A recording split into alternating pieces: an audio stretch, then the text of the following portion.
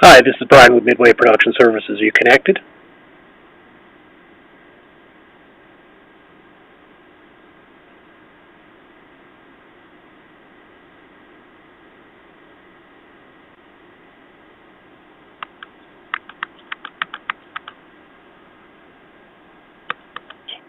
Yes, I am. All right, you're muted in the room right now. Would you like me to go ahead and turn you on in the room? I'll mute on this side. All right. Thank you very much. Thank And you. you are now unmuted in the room.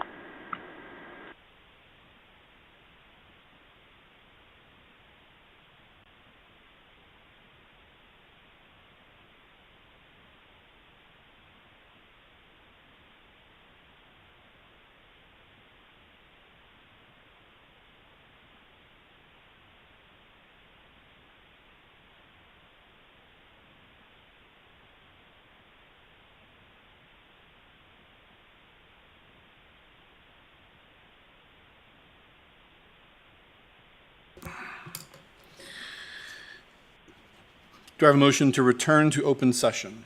So moved. Second. Dr. Roundtree and Ms. Purcell, any discussion? Ms. Osborne, please call the roll. Ms. Bond? Ms. Franklin? Dr. Guidry? Yes. Ms. Parton? Yes. Ms. Purcell? Yes. Dr. Roundtree? Yes. Mr. Hudson? Yes. 7 in favor. Motion carries. Do I have a motion to certify closed session that to the best of each member's knowledge, only public business matters lawfully exempted from open meeting requirements by Virginia law were discussed in the closed meeting to which this certification applies, and only such public business matters as were identified in the motion convening the closed meeting were heard, discussed, or considered? So moved. Dr. Roundtree and Ms. Franklin, any discussion? Ms. Osborne, please call the roll. Ms. Bond? Ms. Franklin? Dr. Guidry?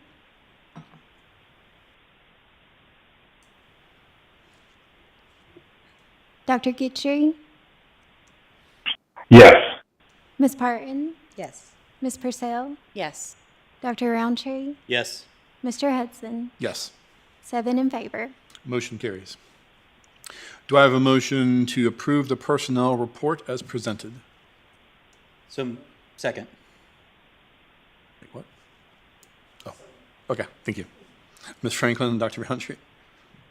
Any discussion? Ms. Osborne, please call the roll. Ms. Bond? Ms. Franklin? Dr. Guidry? Yes. Ms. Parton? Yes. Ms. Purcell? Yes. Dr. Roundtree? Yes. Mr. Hudson? Yes. 6 in favor, 1 opposed. Motion carries. All right, great. That brings us to our honors, awards, and recognitions. Helen Fotinos, our Administrator of Gifted Programs, will recognize the Stock Market Invest Right winners from Falling Branch Elementary School for their outstanding achievement and accomplishments. Good evening, school board members and Dr. Bragan. Thank you for this opportunity to celebrate students this evening. Every year, students in the iLead program participate in the Virginia Stock Market game. I'm thrilled to share that MCPS has several additional winners this year. Students had the option of participating in the Invest Right competition, an essay competition. And this year, they had to write an essay on their dream for the future and how playing the stock market game could help them achieve their dream. Students had to share how they would invest $10,000 today to achieve their dream in 10 years. 2 students from Falling Branch Elementary School took home top awards. Seth Blanchard won first place in the state of Virginia for the spring competition. Eden Seife was named first place essay winner for the year-round competition for the state of Virginia and also was named 8th place national winner for her essay. So it is my pleasure to introduce you to Eden and Seth this evening.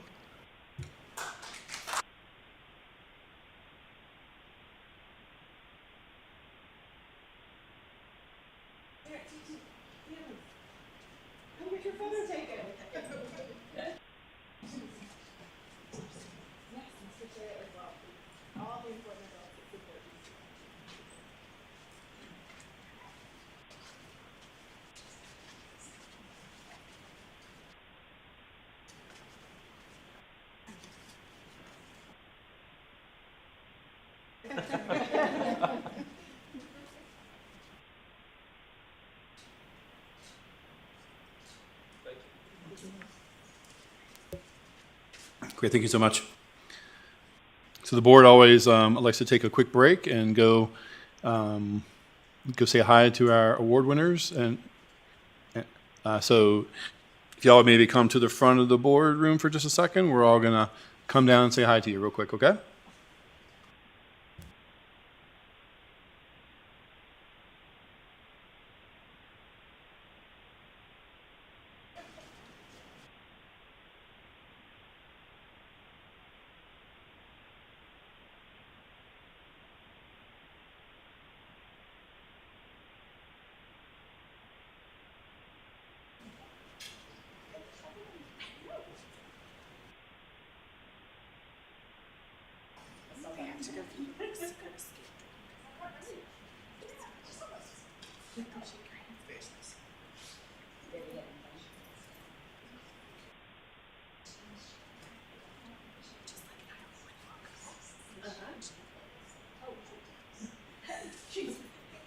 Betty's having too much fun.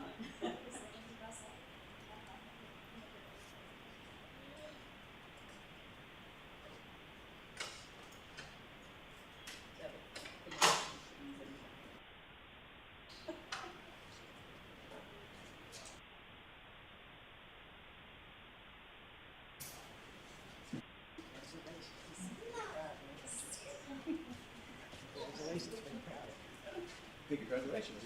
Great job. Great job. Congrats.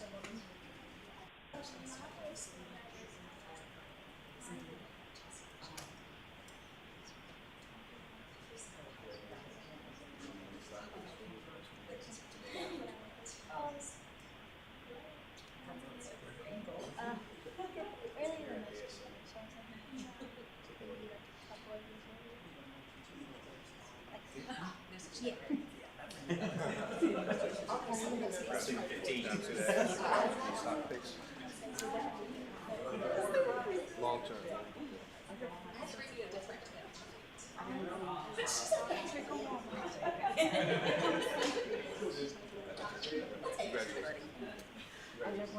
Don't worry about taking a break, okay? That's what I'm trying to do.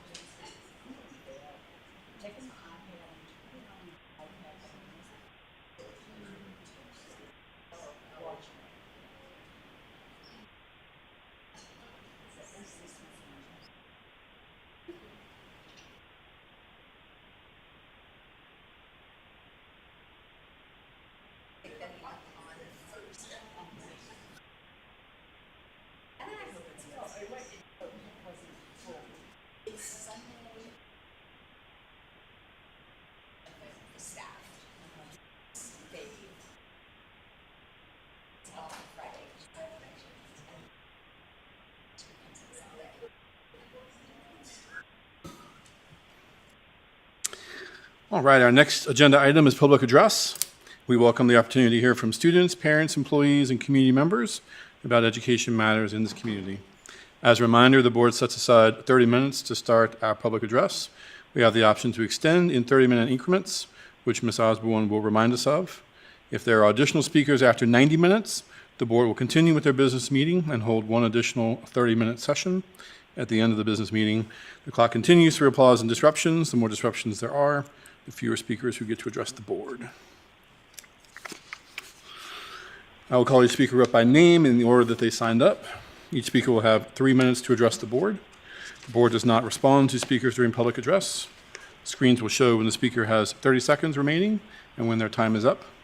Please state your name and the area of the county you live in. And the first speaker tonight is Kimberly Williamson.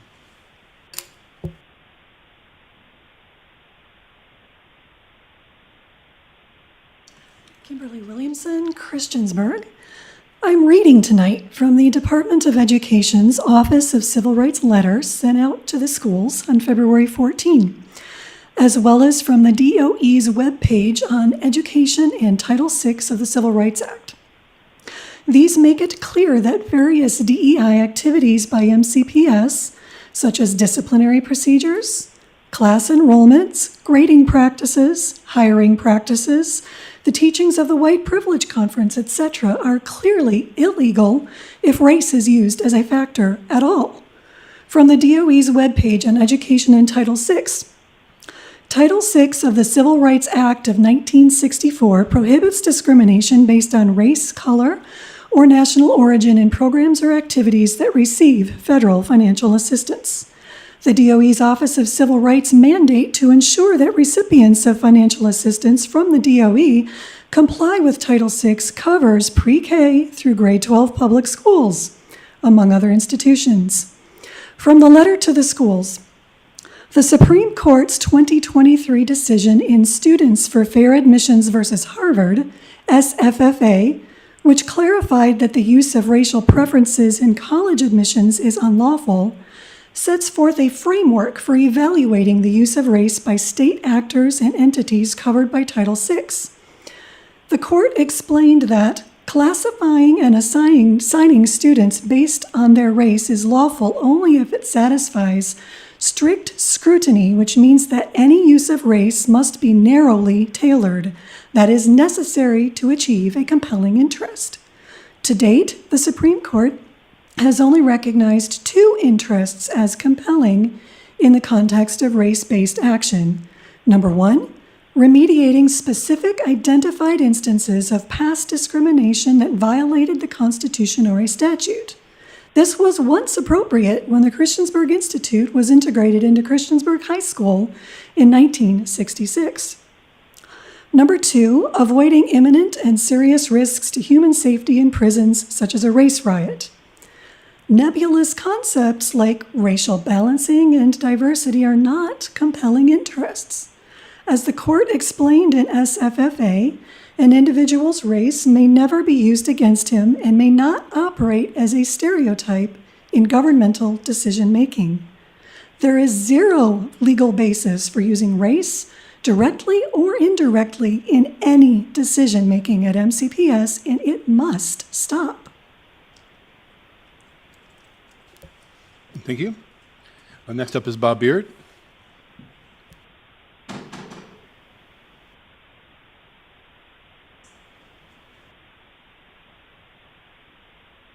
Good evening. Thank you, Bob Beard. I live here in Christiansburg. My first thing is, so to Dr. Bregan, we still need to see a presentation. Please educate us on why it was so important to send folks, educators, to the White Privilege Conference. We need to see a presentation, what was learned, and why and how and who is, how our system is racist. You know, if we're going to spend money and send people there and send educators there, and they're going to teach our teachers to teach our kids what racism is, I think parents ought to know what it means as well. Okay, we're paying the tax dollars for that. We need to see it. Next is we have signs around the schools that pets are allowed on campus. Yeah, we have kids dressed like furries going to classes. So if we're going to include kids dressed like furries and act like cats and dogs in school, I think we should take down those signs so I can walk my dogs on school property. And let's see if there was anything else in particular. On your community health, I think you need to talk with your attorneys, because Grafsky is the chair for the community health program that you guys signed off on last week. So you guys directly impact how much revenue community health brings in. So it may be grants or whatever, but you guys directly affect that. So he should recuse himself from all financial matters when it deals with board of supervisors and the school system. So you need to make sure that that Grafsky can vote and should be recuse himself from all matters regarding financials for MCPS. Thank you. Okay, thank you, sir. Next up is Chris Thomas.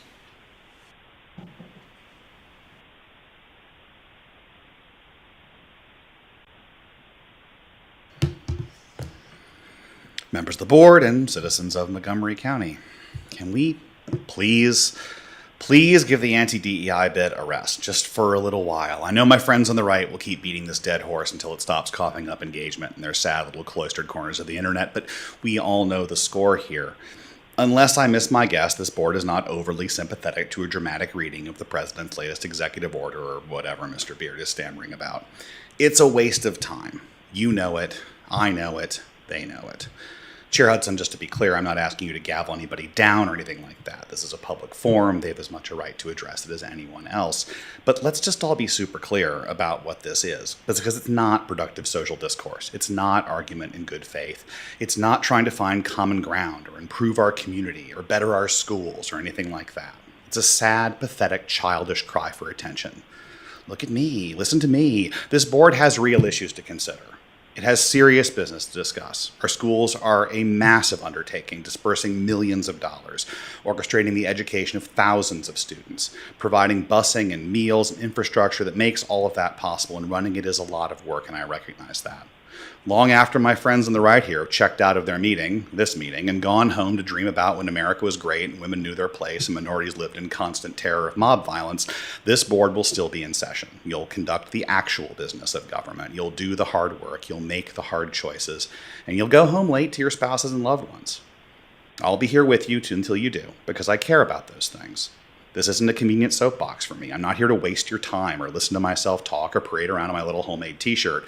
I'm running for office. I can speak too. I'm not running for office or trying to drum up membership in my sad little paranoid delusionals club. I'm here because my kids, your kids, and all of our kids deserve the best education we can give them. So I'd ask this board and the folks behind me and those watching these proceedings online to think long and hard about what's being served in these bi-weekly rants about the right-wing outrage of the moment. And then, when this board meeting ends at 11:30 or midnight tonight, think back to how much of your time these self-important pearl clutchers wasted on imaginary threats, made-up outrage, and bigoted dog whistles.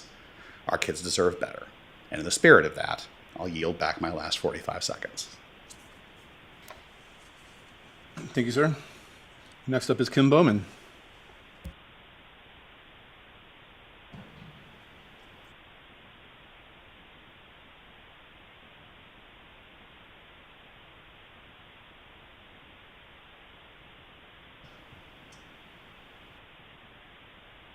Good evening. My name is Kim Bowman. I live in Christiansburg, Virginia.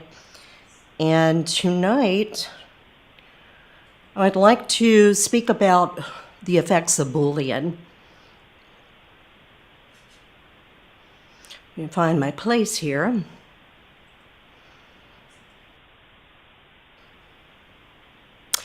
Bullying is a problem that not only shatters lives, but it can also shatter communities. Its effect can be so devastating that some victims feel trapped and hopeless and actually turn to suicide as an escape. Tragically, bullying has been a factor in far too many of these heartbreaking losses, and it's not just a playground issue. It is a cycle of pain that we must stop to understand.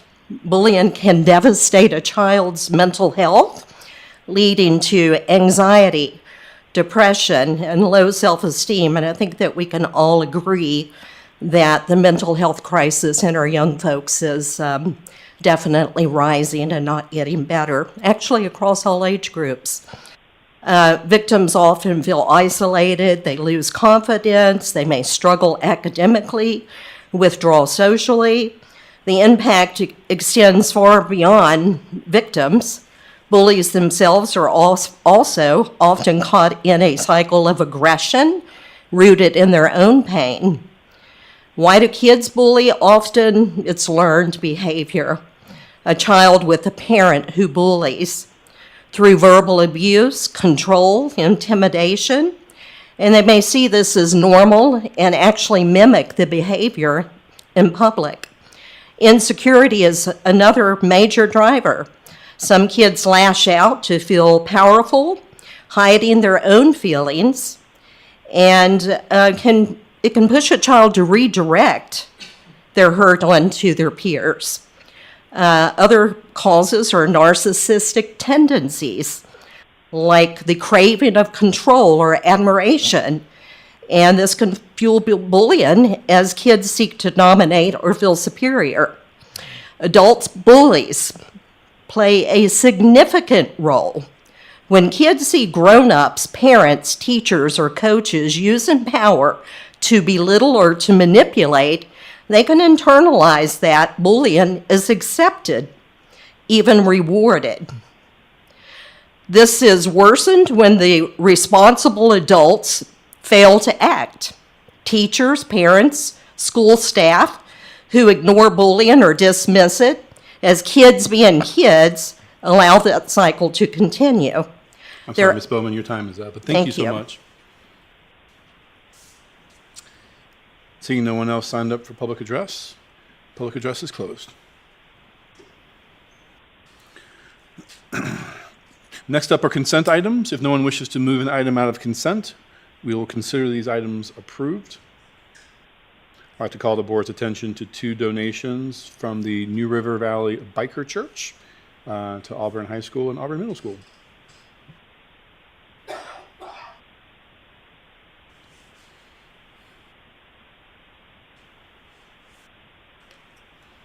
Okay, great. Next up are the financial reports. Do I have a motion to approve the payment of bills as presented? Second? Ms. Franklin and Ms. Purcell. Any discussion? Ms. Osborne, please call the roll. Ms. Bond, Ms. Franklin, Dr. Guidry, Yes. Ms. Parton, Yes. Ms. Purcell, Yes. Dr. Roundtree, Yes. Mr. Hudson. Yes. 7 in favor. Motion carries. And that takes us to our business meeting, and first up is the report from the superintendent. Thank you, Chair Hudson. I only have a few items tonight. First, I'd like to take a moment to recognize one of our outstanding members of our team, Megan Atkinson. Our CTA administrator was recently honored as the K-12 STEM Educator of the Year at the 25th Annual Tech Night hosted by the Roanoke-Blacksburg Technology Council. This award is an acknowledgement of Megan's commitment to innovation, excellence in STEM education, and her leadership in preparing our students for the future. She does represent the very best of MCPS as an educator who inspires curiosity, drives academic growth, and helps shape the next generation of innovators. We are fortunate to have Ms. Atkinson as a member of our MCPS leadership team, and we appreciate all her contributions to our school division. Next up, I'd like to just say congratulate all of our graduates who graduated about a week and a half ago. It's probably the proudest moment as superintendent to watch our children walk across the stage at all of our 4 high schools and see what they've done and what they've accomplished at their time here, and see that the opportunities that lie ahead for them. It's a very proud moment. I know a lot of board members were at those graduations too, and just makes me very proud to be a part of this team. I also want to thank our teachers and staff, all the work they did in all the years they put in for those children to be able to walk across that stage. And finally, I would just like to thank all the support personnel and the maintenance and ground staff that and administrators who made those ceremonies memorable and enjoyable for everyone that was there. I thought they all went off without a hitch, and that doesn't happen without a lot of extensive planning and preparation that happened ahead of time. I want to thank them. And lastly, this is an example of one of the things that people don't always hear about, you don't always see about, but I got a phone call on, let's say Saturday night, but it was really Sunday morning about 1:55, waking up out of my sleep. And there was a plumbing issue at Blacksburg Middle School. And our administrators in charge and our team were there, were on site, we're dealing with it, we're mitigating it, and put in time not only overnight, but in the morning on Sunday and during the day so that our summer school programs would take place on, this past Monday, yesterday. And that's just a small example of the dedicated staff we have here, that people would get out of bed and do whatever they can to make sure we could still have summer school for our kids on Monday morning. And I want to give them a shout out, all our maintenance grounds and everyone that was involved in pulling that together. I think it epitomizes the dedication that we have in many of our staff members here. So thank you to them, and I wanted to share that publicly. Thank you, Chair Hudson. Okay, thank you, sir. Next up, Chrissy Sheriff, an account executive with the McClure Company, will present construction product program options with an energy savings presentation.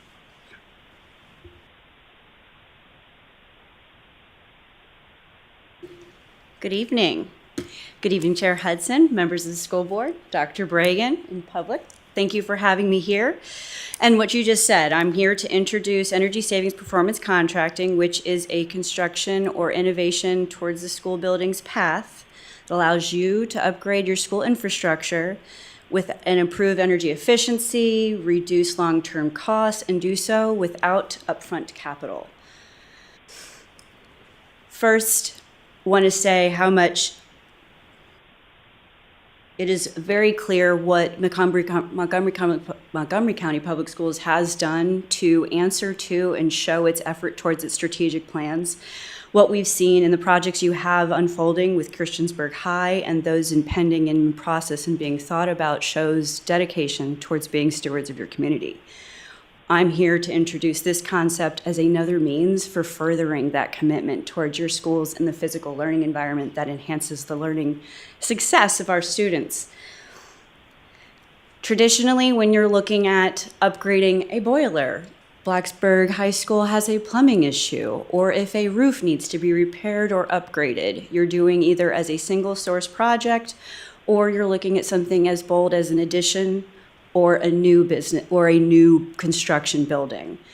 I'm here to talk a little bit about a path that Montgomery has experienced in the past, but energy savings performance contracting as another route.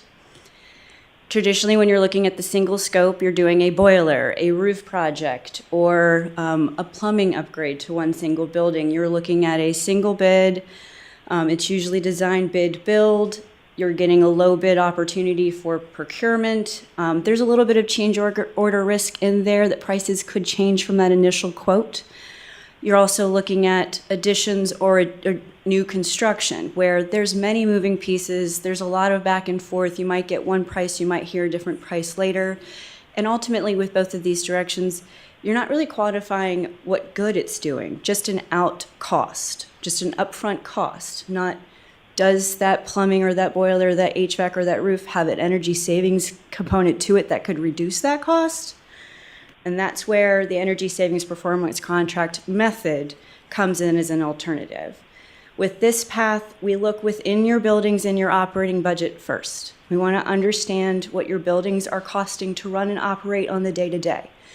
Then we want to look at what your budget is, what you've been given for the next 12 months, what that budget is, and let's look at and look for wasted dollars within that current budget spend. If I upgrade your lighting, it will change what day one costs to what day two will cost. We want to use that as a perfect example of ways that we can create savings, but really leverage your existing budget and dollars spent in better ways to where you can get more done for all of the school buildings within the district sooner. So that's the path that we want to talk about. This one is 100% Virginia code authorized. They want you to use this path towards investing and renovating your buildings. But the path is to look within your existing budget and avoid upfront capital. In the same process, you do get guaranteed savings that the company you work with has to answer every year for guaranteeing those savings. If they don't make it, we will make it right operationally and cut you a check for the difference. Traditional construction does not give you that guarantee. So the risk falls on the vendor that is working with you, your facility partner. Costs are fixed, savings are locked in. Open book financials, so you pick the price and what goes into the project. It's not anybody that's chosen for you. You get to pick each and every element based upon its cost and its savings. We're not a revenue share or an energy saving share company. We're paid like a general contractor. So there's no in it for the win it in terms of the vendor. We're here just to help you get those costs and do it through Virginia legislation. This in turn gives you reduced fees. You do get energy capture. It does go big ways towards just helping your operating profile, but also the student engagement piece with CTE with more of these sustainability, the solar initiative opportunities as well. You may be paying for a project as you stand right now, and that is what we would like to see if Montgomery County Public Schools is open to exploring.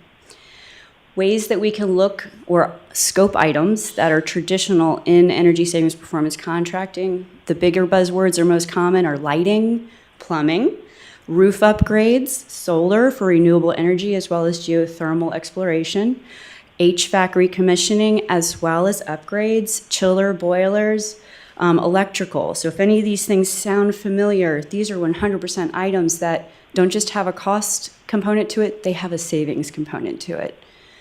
Non-energy related, but still scope items that often get brought into these projects because you can still save and bundle more scope items to where you can get more done sooner under that umbrella are security upgrades, technology, communication upgrades, as well as ceilings, gym tile, gym floors, even stadium and field lighting. So many other things can be explored in this process.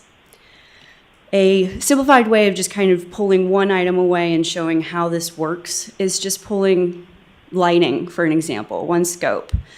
Let's say you have an electric bill that's $1 million per year to Dominion. Let's say you have an energy savings performance contractor come in and say, I can upgrade all of your lighting from this T8 to LED. And if you let us do that, it's going to save you $250,000 per year by doing that upgrade. When you finance that project cost and those savings and put them into a pool, and most projects are about 10 or 15 or 20 years, so you finance it for that. But really, the project costs are paid by the savings. So you pull your savings, $250,000 each year. If a project is typically funded over 20 years, that's $250,000 each year making payments for its own project, or $6 million in terms of a funding source for a much larger project. Now, it's interesting to think about when it's not in your buildings, but at the next levels, you do get opportunities to really explore and see how that is guaranteed, quantified, and what you get that trust. In addition to building projects like the lighting example I mentioned, you have reports and tools, data, that helps us work with you and collaborate with your team led by Dr. Bragan on deciding strategically and comprehensively what goes into each phase of a project so that you're looking at the priority, the life cycle costs, what will cash flow sooner, what gives you the best energy save, and what is at a critical point of needing to be upgraded. So it's really strategic planning for your facility upgrades moving forward with that added benefit of knowing a guaranteed cost and guaranteed savings from the moment you sign that contract, knowing nothing's increasing on your side. Additional to energy savings in your own budget funding projects, there are ways to build up the project or ways that you can incorporate additional financial options into these projects. And you can add one or you can infuse a couple. So there's always internal cash. If you have that items that have already been dollar marked for in the budget, you can infuse that to pay down a project with your existing reserve funds. There's also tax-exempt municipal leases. There's also the VEEF program that DOE provides for us. There are Inflation Reduction Acts with a lot of these renewable objectives that are still available to us, in addition to utility rebates, where in addition to what we save you, your utility rebate companies will give you rebates. That's just for you. It's additional savings. Grants are always available, so we just look for the ones that are most applicable that we're embarking on, and we will help you towards that path of applying and receiving grants. In addition, there's innovative ways such as solar power purchase agreements where you don't pay for the solar, but you can reap the benefits of energy savings and reduces that project. And then last but not least are bonds. The process to an energy savings performance contract starts with a at-risk, no-cost preliminary scoping audit where a handful of buildings, proof of concept level, are selected, and you can really see more of what I'm saying. Does this really test? Does this make sense? Does this work? Is this feasible for Montgomery County Public Schools? Then we go into procurement. You have a couple of different paths with that, whether you choose a cooperative or the Virginia Energy RFP BOE process. Then you go into the investment grade audit, which is critical. That's where you're really having the team of people, your vendor partner, come in and understand your buildings, catalog all the assets that you have within all of your buildings, and start understanding the cost, the energy savings, and building that base of that tool that gives you informed decision making. Then we talk about how we're going to build the project, finance the project, construct the project, monitor and verify the savings year over year over year. It's typically about anywhere from 8 months to 12 months before, from start to finish, depending on some of the selections you make, before construction is being made. In addition to the cost savings, Schools benefit from exploring these renewable solutions and things like solar enhanced energy savings performance contracts because we're talking about their strategic plan and enhancing the learning environment, and it's all about the students. So while there's financial benefits, we can do more sooner. You can leverage that with those tax credits, but really there's grant and funding opportunities, there's student engagement opportunities from the CTE and the STEM Lab ComSets, as well as internships and volunteer work, many different exciting opportunities where this can really bring the community and the students as a whole involved into the excitement of what you're bringing. And last but not least, I'll leave with an example, a case study. A school, Caroline County Public Schools, they have 5 buildings to their name. They approached the energy savings performance contracting through the Virginia Energy Department BOE, and their need was serious HVAC upgrade needs in their high school and their middle school. They could not afford it without asking their board of supervisors for additional money. They needed a way to do that without having to ask for additional money. So they asked for this process. We looked through their buildings, and in addition to the HVAC needs that they had, we brought in lighting upgrades, as well as building envelope upgrades, and then infused it with a solar PPA, which helped bring a otherwise $10 million project to only $3 million at a project, which their board of supervisors was happy to finance. So that is how they can all come together to address needs and lower the quantifiable impact of these projects to make a bigger impact for the community. Any questions? Thank you for that presentation. School board, any questions tonight? Who wants to start? Sure. So thank you so much for the presentation. I'm so excited. Anytime we can save and cut out waste, I am all about looking into. So very informative. You guys do a whole lot more than just save us money. We do. I didn't realize, I had gone over this before I came in, but with you explaining it, you really put more in detail of how much you're going to be helping our students and how many more things we can save on rather than just our utilities and basically what would be the main scope of starting this up to begin with. So thank you so much for that. And I know solar is a big thing now, but I can tell you I'm a big fan of the LED because even though it's costly, I know how much of a difference it makes, and those things last forever pretty much. And everything you said that I know somewhat about has been spot on. So thank you so much for coming and the presentation, and I look forward to hopefully getting something started with you. Yeah, thank you. Ms. Bond? Ms. Purcell?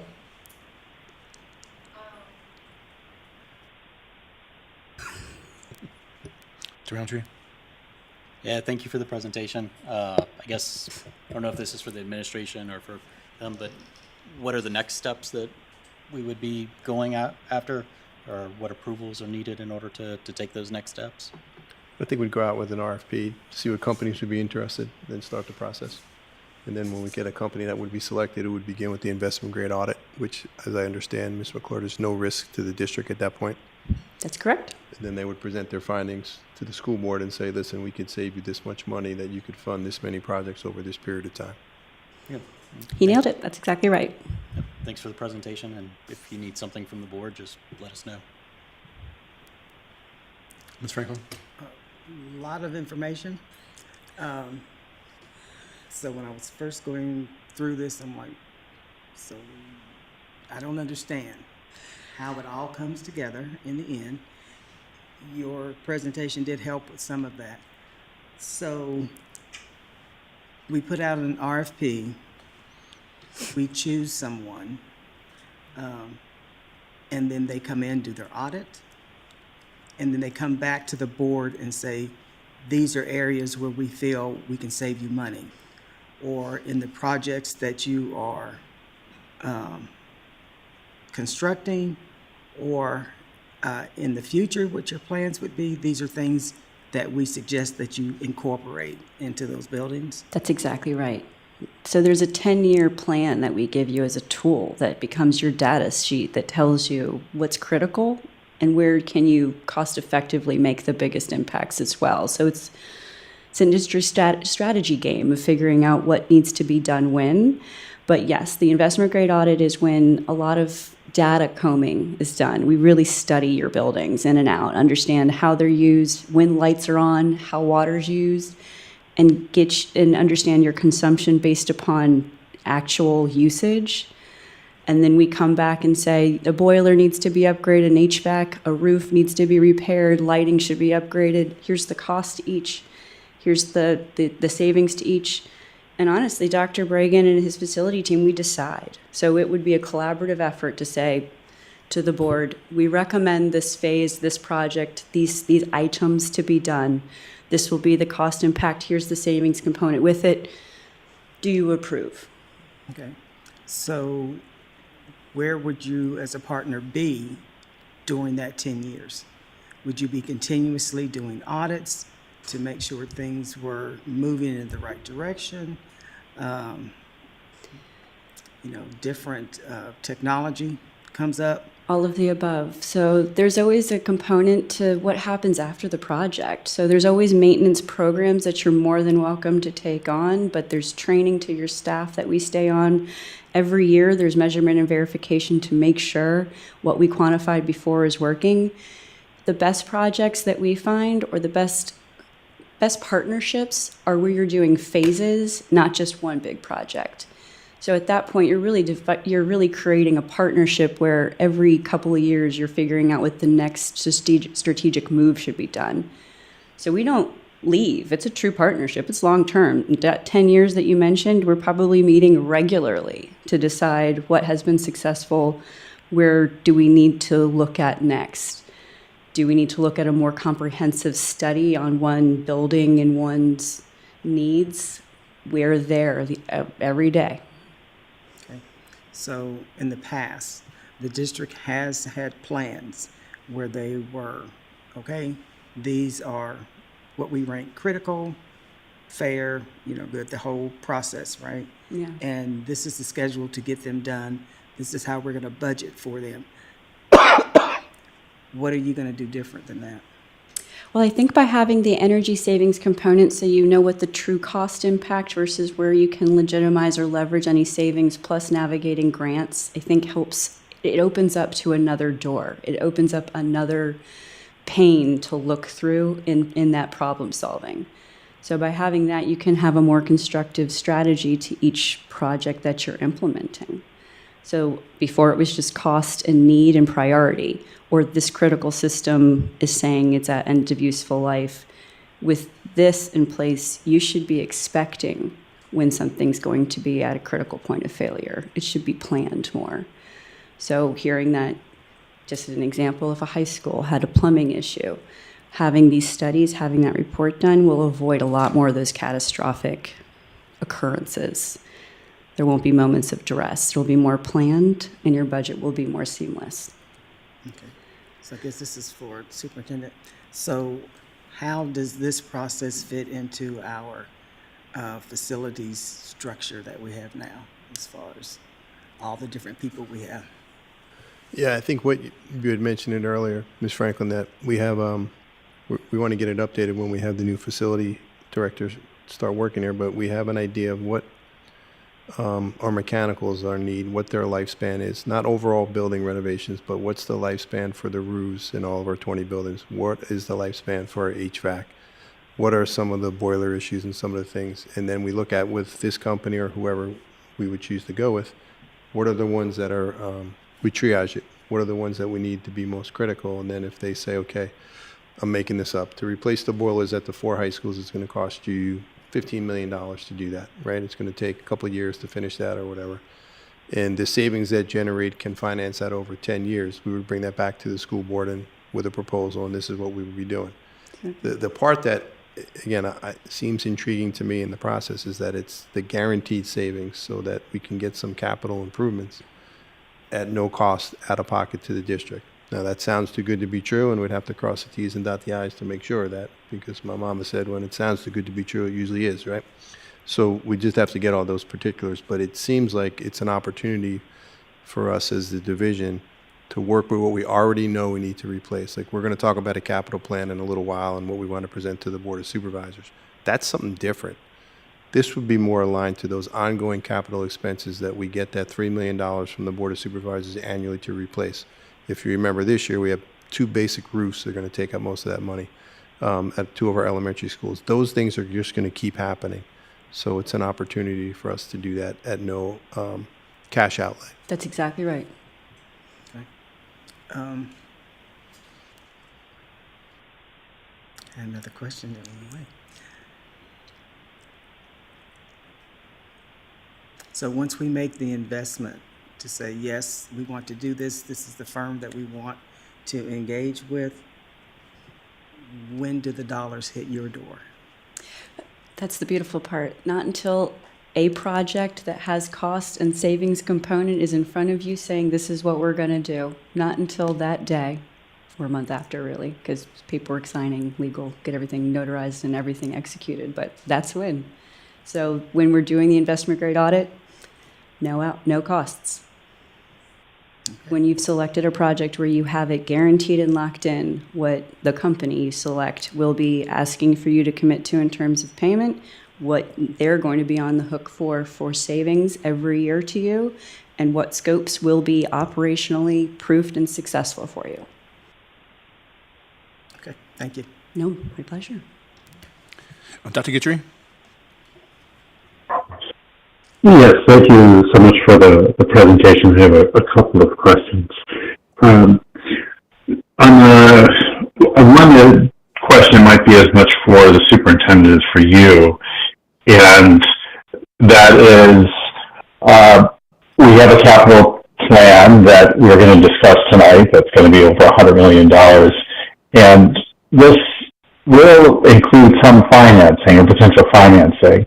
So I'll reserve the question for the superintendent in a moment, but I just want to look at those the no out-of-pocket aspect. And so the financing options available, and there's a list that you have on that slide, and it ends in bonds, and you have grants programs. So just so I understand how this works, for instance, with grants, is that you say there's a grant out there, you can apply for it for $10,000, $500,000, whatever, or are you invested in helping to secure those grants?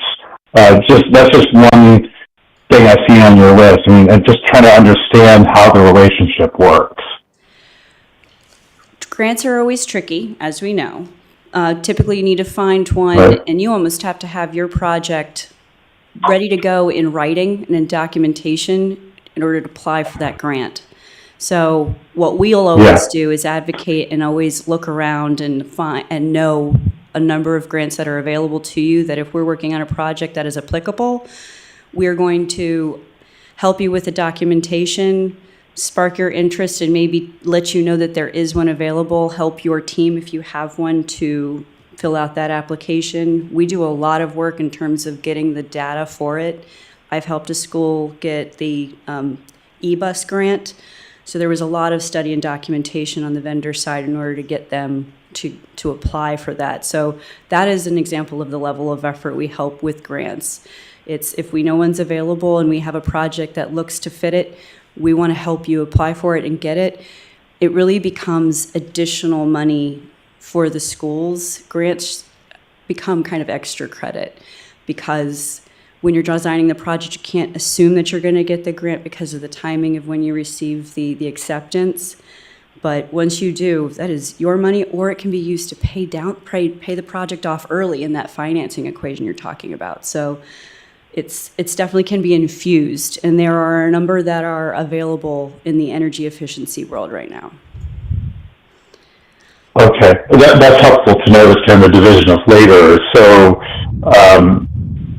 with, for instance, the project that you highlighted, you talked about the $3 million.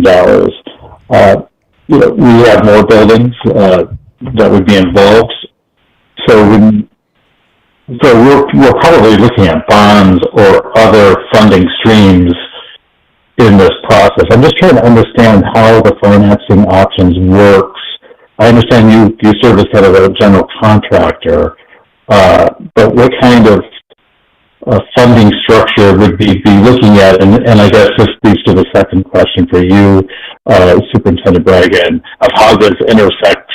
I know you separated, but we might need to still go to the Board of Supervisors and ask for bonds and ask for financing, if I'm understanding the way that this might work. I don't think we would need to require the Board of Supervisors. My understanding is how it works would be that, and use this example that Ms. Sheriff provided. So if we save $250,000 a year in electricity because we went to LED lighting across the division, and over 20 years that would be $6 million that we would bond, let's say for $5 million, because you'd have to pay the interest, whatever that rate would be. I don't know the prevailing rate right now for municipal bonds. But we would get a bond counsel through the McClure Group, and they would put the bonds out for bid. So we would get a bond for $5 million to do whatever $5 million worth of projects could be. And that guaranteed savings in electricity of $250,000 a year would fund that over 20 years. That's my understanding of the process. Is that accurate? That's exactly right. And in that equation, the Board of Supervisors, because you're not asking for additional funds, would not suffer that ask. I see. Okay, that's really helpful to know. Thank you very much. Thank you for the question. So let me follow up on that one then, because that sounds great. But go back to that example that you gave with Caroline County, was that it? Yep, that's correct. So in your description, you said they ended up having a $3 million ask that they did have to go to the Board of Supervisors for. Much so smaller. They chose to not do one of the other options. So they still, I guess they could have not gone to their Board of Supervisors, but they chose to? In the end, for their recipe, it was a $6 or $7 million ask that in the end, there was a plea of, we need to get this project, we need to get these critical HVAC things done. So it severely reduced the impact to the Board of Supervisors to where it was more palatable. Okay. Yeah. Interesting. On the one side, you kind of had a timeline kind of deal. Where was it? Sorry. That one. So again, it just caught my eye. So the preliminary energy audit, you said low or no cost. There's a difference there.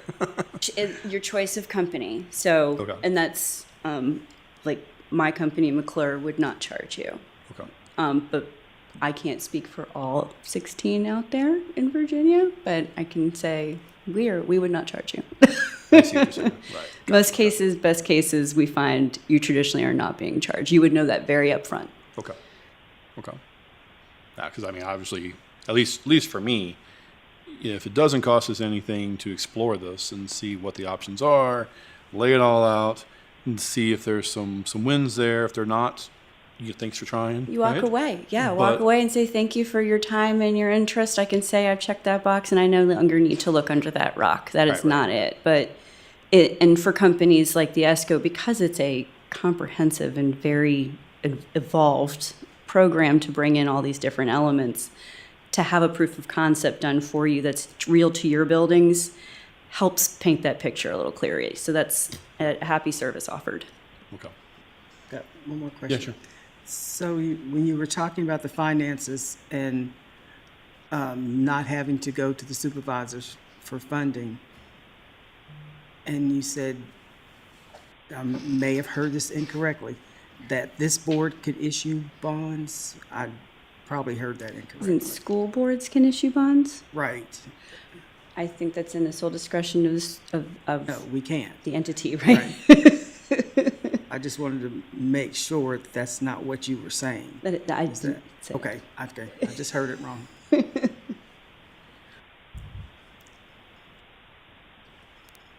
Correct me if I'm wrong, though, and this could be an education for me in Virginia. If we went with a bond council, they put bonds out there, we wouldn't be issuing the bonds. They would be. They would be. Right.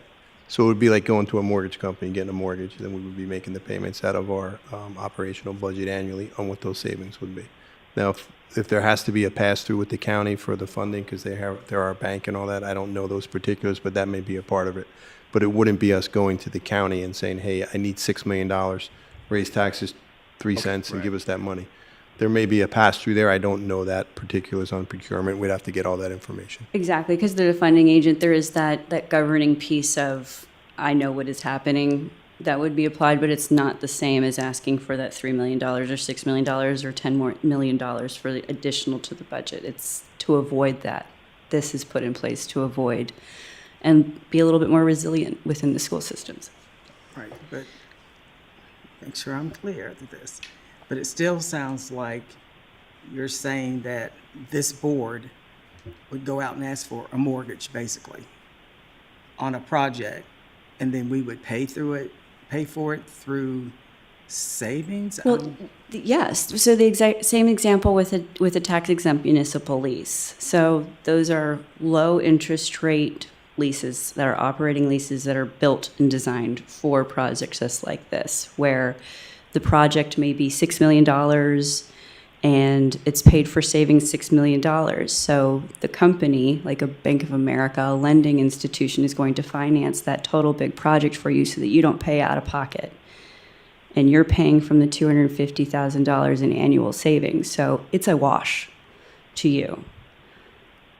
So the contract is held and financed for a total of $6 million over, let's say that recipe was 20 years, but your savings is paying for it through escrow. You are financing the project, so you're avoiding the upfront capital. Our budget like we normally have, our operating budget now. Right now we have debt service that we're paying $400-something thousand a year still. That was a similar project that was done several years ago. So it would be part of our operating budget. And if we had, I'm making up the number, I don't know off the top of my head, if we budget this year $1 million for electricity, right? That's what it costs thereabouts, right? A little more, a little less, depending on the weather and all that. And that next year, because of the savings with the LEDs, we would only need 500,000. Let's just say that it was the example. The other 500,000 we would go towards debt service to fund what we just bought for $5 million that we're paying for over time. Right. How that works, though, if that has to be a pass-through through the Board of Supervisors, because they technically are a banker, I don't know how that would work, but we wouldn't be asking them for additional funding for our operating budget or for any capital. That's correct. So it's kind of on the premises of the PPEA situation where it's a public-private? Oh, the power purchase agreement? Yeah. So those are interesting because those allow you to, it's a financing mechanism that can pay down a project if you were to infuse solar in addition to, let's say, the lighting. So if you put those two together, lighting has a cost, lighting has a savings, but the cost does outweigh the savings. You get the savings over 20 years in order to get that $6 million, right? So with a solar PPA, it's your roof or your ground that solar is getting put on top of. But just like this mortgage equation that we were talking about, there is a company that is a solar developer, and then there's this other entity that is basically a solar mortgage holder. And they're the ones that are financing the solar. Solar company's putting the solar on your roof, your ground, but the company who's taking on the solar financing is now responsible for paying for the solar, maintaining the roof or the ground wherever the solar is, and you just get to reap the benefits of their electric savings. And you get to celebrate for the community what you did. But it typically comes with a large electric savings component. In this case, it was like $45,000 a year. So if you think about that over a 20-year term, it compounds quite greatly. And that's just savings. So that $45,000 a year paid down annual projects every year. No cost, just saved. So a lot of times I can take an otherwise cost-intense project and severely reduce it, significantly reduce it. Okay. So everything that you have talked about tonight is approved to be used in the state of Virginia? Yes. Okay. Very much so.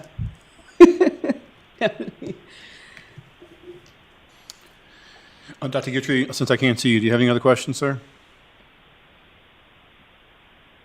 No, the follow-up questions from other board members or from you were helpful. Thank you.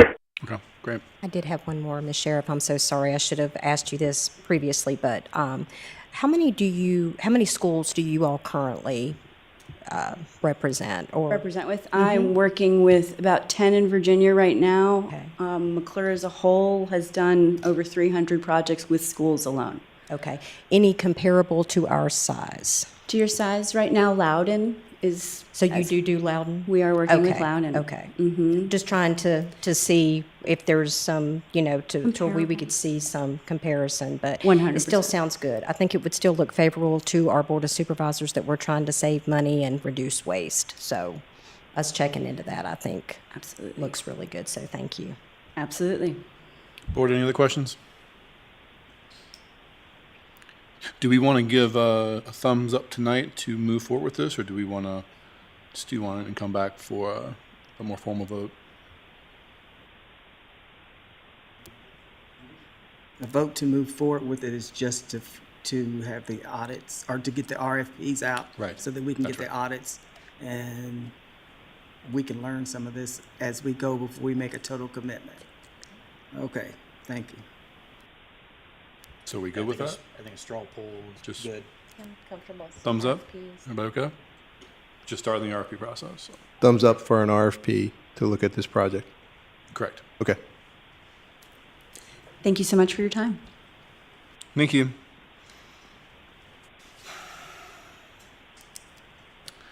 All right. Next up, the administration will present an MCPS capital projects update. Speaking of capital projects. Yeah, it's a nice segue. Who put this agenda together? They did a nice job. What we have here, it's not a new iteration that was already shared with the school board several meetings ago. And there's a timeliness to this because you all know we have a joint meeting with the Board of Supervisors on June 30th. So I wanted to get this in front of the board again to have maybe a further discussion about, timelines, about priorities, about what all of you think is something that we should put at the top of the list and something maybe further down. So the overall project that we're looking at here is about 9 years, right? So could you go to the next slide? It involves phases. So what we saw as the largest priority and something that was most in need of repair and upgrading was the 3 elementary schools right now in the Blacksburg Strand: Harding Avenue, Gilbert Lincoln, and Margaret Peaks. And if you look at that, there's a timeline there that if we did approve these type of projects and we put something forward, that would be in phase 1. It's 12 months for that to take place for the design phase. People come in, architects, look at the structure, find out what things need to be replaced, upgraded, totally renovated, whatever they need to do, and come up with a design plan that we would all be, as you all that have been through that process know, it's an iterative process. You go back and forth on the design. There may be some cost savings, so on and so forth. And then after the year, it would take about 2 years in order for that build to take place. Now, in talking with the architect, who apologizes, Mr. Bauer couldn't make it tonight. He had a prior commitment. Their recommendation was to try to do these projects like we did for the Christiansburg Strand Elementary Schools at the same time, rather than do one in 2 years, the next in another 2 years, to try to do these at the same time. Again, for timeliness and get it done. If you started it tomorrow, which I'm not saying we would, you're still looking at 3 years out before you have a ribbon cutting. So there's a timeliness to this. The second phase would be the Shawsville Middle School. And there was 2 options there. One was a totally new renovation of that building, which was, I believe, was built in 1932 or 35. I forget. It was one of the Public Works Acts in the Roosevelt administration. And it's probably one of the oldest operational buildings we have in place. There were 2 options there. There was one to do a total renovation there, which was significantly costly because of the age of the building. And anytime something's old, when you open up the walls and take a look at that, you don't know what you're going to find. And usually what you find is something that's not good and it's going to cost more than if it was newer construction. So the option that we presented as the school administration with the support of the architect was to do a total new building down there. And that cost is involved there. We really didn't discuss that, whether that was the will of the board to do a total new building or to do a renovation, and I leave that up to you to say if you're okay with that or not. It would bring that building in that strand up to speed with the other 2 buildings that are fairly modern when you look at EMES and the high school there, EMHS. And with I don't know what that proposed construction, what that's going to look like down in the old Fotheringay property, but the initial proposal was 409 houses on 1.5 acres each, which we anticipated would be 330-ish students could come into the Strand, which would have a significant impact on the schools there. The majority of those buildings can handle the additional students. There'd be a little bit of excess if all of those 300 and so students came at the same time, but I think that would be phased in over time. And if we upgraded the buildings, we can handle that without putting additions on. You know, the current capacity of Eastern Montgomery High School right now is 500. Eastern Montgomery Elementary School is 760, and Charlottesville Middle School is around 470. So with that increased capacity, almost all those buildings, with the exception of Charlottesville Middle and Charlottesville High School by 45 students and 76 students, would be at the ideal capacity. So I don't envision this as something where we have to make this new building to fit all these students. That's not the case. It would be to upgrade it and bring it up to speed. And then the last phase would be the Montgomery Central. Again, that's one of those Franklin Delano Roosevelt era buildings. As you all know, that used to be the high school for Christiansburg, and we still use it for a number of different things. Definitely needs to be upgraded, and as an older building, the costs there are probably more than they would be for a newer building. So that would be phase 1, phase 2, and phase 3. And if you look at the timeline, right, the first one would be 3 years soup to nuts whenever we decide to move forward. The next one would be another 3 years, right? So you're at 6 years, and then the following one would be about another 2.5 years to 3 years. So you're looking at a 9-year projection from beginning to end on what those projects would entail. So I put it out in front of the school board tonight for discussion on if you all think that's a good idea to go in that phasing, if you think it's we should cut some, add some, wherever.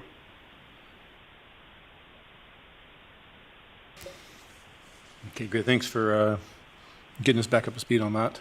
I guess I'll open it to the board for questions and comments. Who would like to start?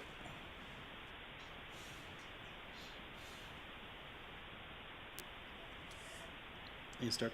So this is looking at our critical buildings that we need to address.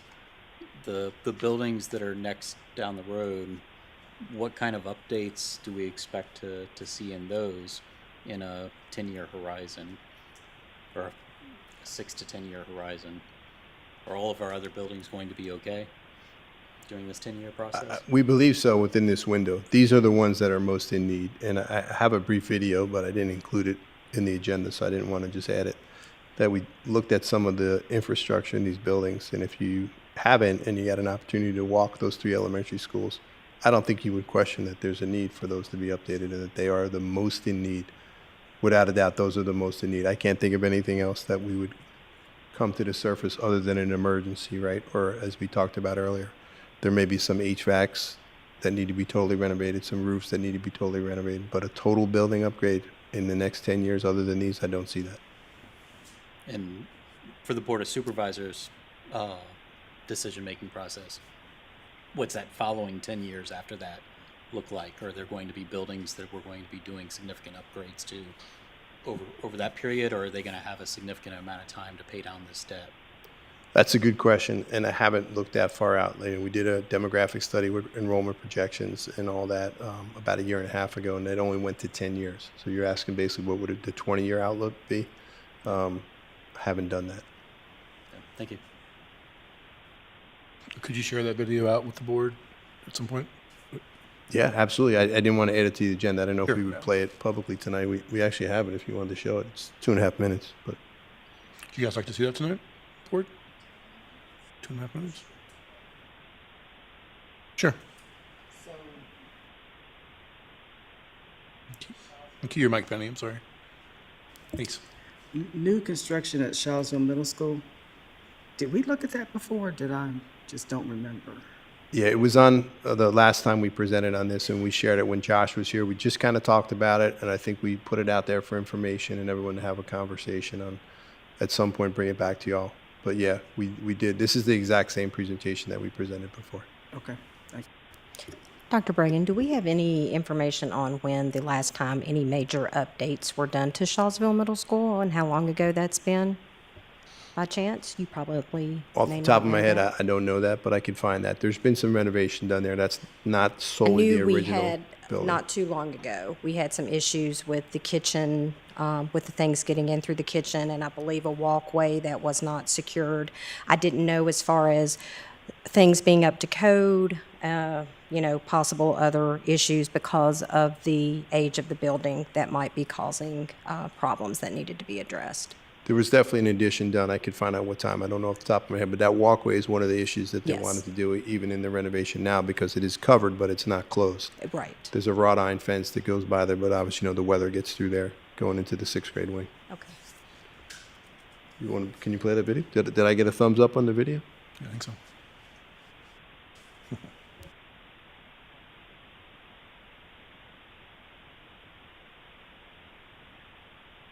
I don't know that. Can you see this video, Dr. Guthrie? I don't. I'm watching the YouTube. Oh, yes, I see it. Thank you. Okay, great, thank you. If you could play that, Tosh. Yeah.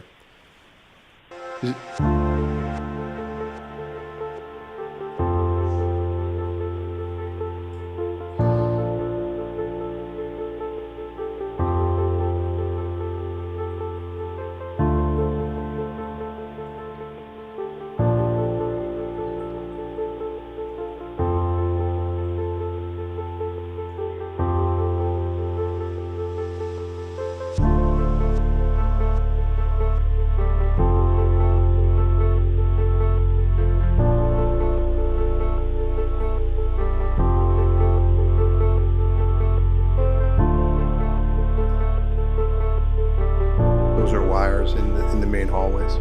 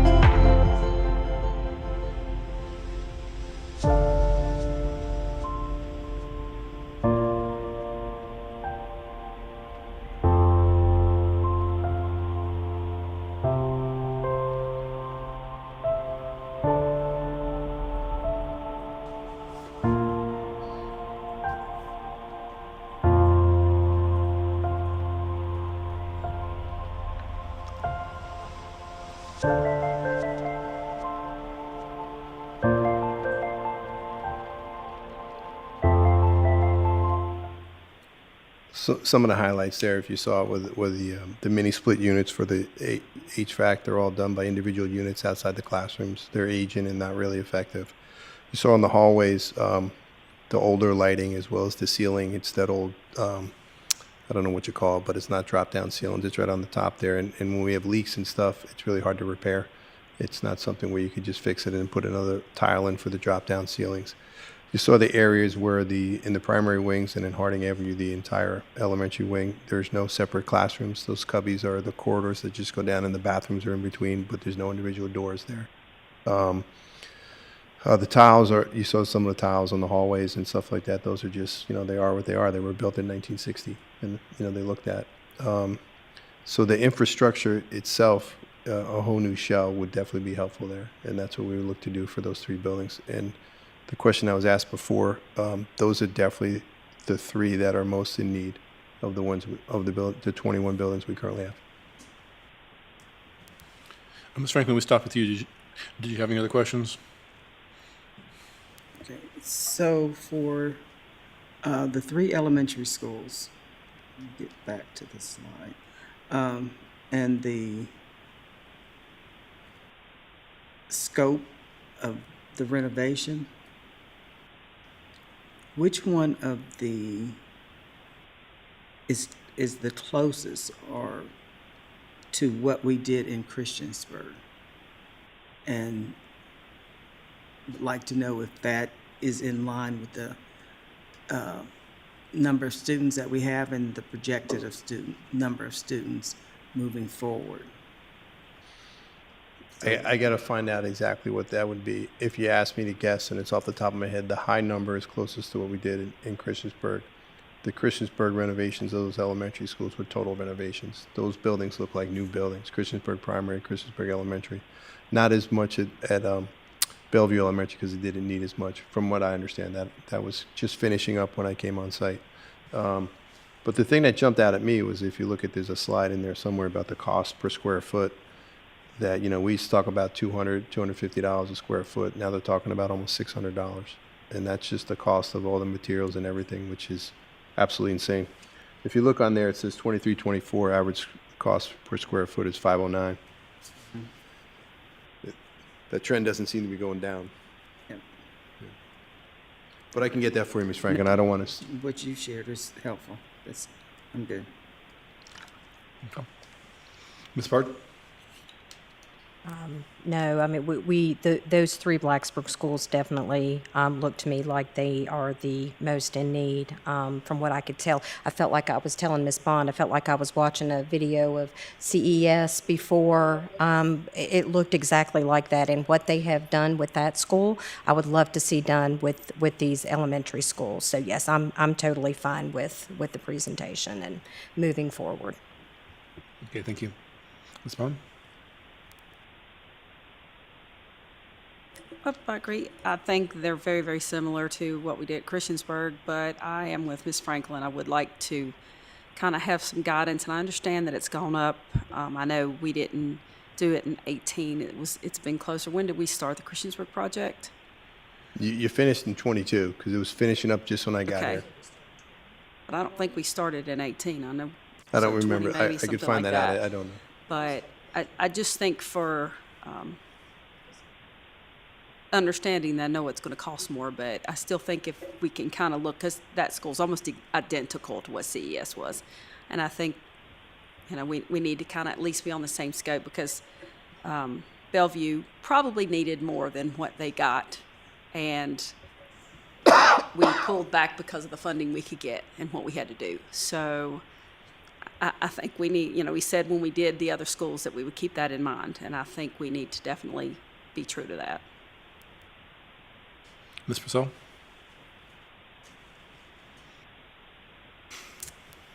I noticed that on Gilbert Linkus, there's still not a line item about adding doors in the elementary wing, and I know that that is needed and part of the plan, but I just don't see it on the list still, which just concerns me, because I know it's on the list for Beeks and for Harding Avenue.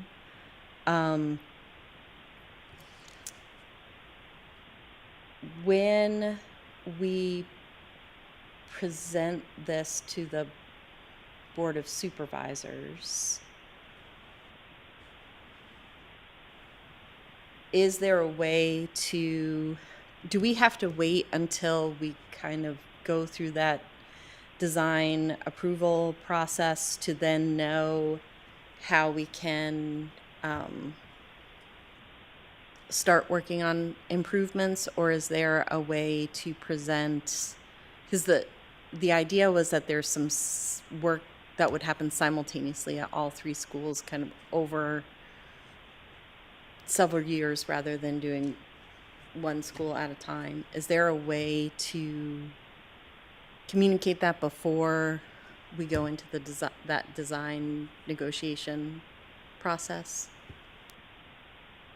I'm sure there is. I mean, I would work with our architect on that and go over that. And I'm positive that Gilbert Linkus has doors, and that's one of the biggest concerns at all of them, is the primary wings don't have individual doors, individual classrooms. That's definitely part of it. If that's not listed there, that's an oversight that I'll review with the architect.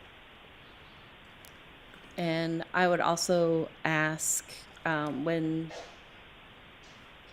we share this at the joint meeting with the Board of Supervisors, if you could really just emphasize what the security vestibule entails, since that has been a concern of theirs with our elementary schools in Blacksburg, and just the need and what the additions of those to these buildings would provide.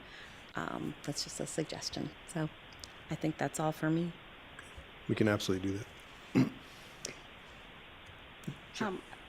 When you mentioned the listing, it seemed like when I was reading through it, I kind of saw something too.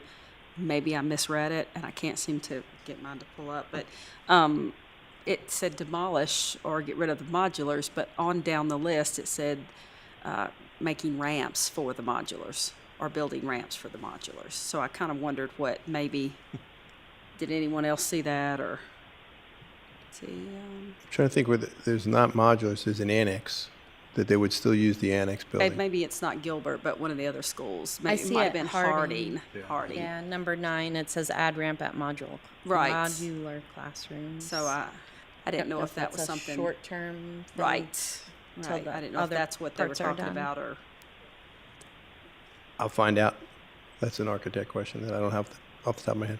I'll get that answer though. Are these lists architect-driven items, or were these from community parent-teacher feedback? All So of that. May conflict. Yeah. The architect actually went to the community forums and met with all the principals on multiple occasions to get the feedback from the staff and community. I mean, I think some board members are at one of those. Dr. Guthrie? Thank you.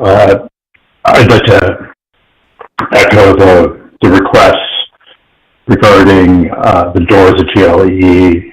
I want to see those in the list. When I look at H8 at Harding, it looks to me in the drawing as though those modular classrooms are not going to remain, because part of the 5th grade special classroom addition and the dining room addition overlay over the existing real estate that's part of the existing, where it says existing modular classrooms. So I definitely would need to make sure that that's clear of what's happening with those modulars. But agreed. I would like to speak to the board about the new construction for Charlottesville Middle School. I mean, we just went through this budget process with the board of supervisors, and concerns were pretty clear about financial commitments, increasing financial commitments to MCPS, and absent a compelling reason for new construction, I'm pretty hesitant to present to the Board of Supervisors a plan that could be over $200 million with a new construction. I mean, I know fathering gay may happen, but it also may not. It's unclear. I know that there's opposition in that community, and I don't want this to be a Blacksburg versus Charlottesville at all. But I want to be responsive to what was pretty clear from the Board of Supervisors about the county's finances. So, is it literally just because of fathering gay that there's this compelling need to do a new construction? Can you speak to that issue? And I'd like to hear from my fellow board members about that, because it could be, $85 million for a new construction.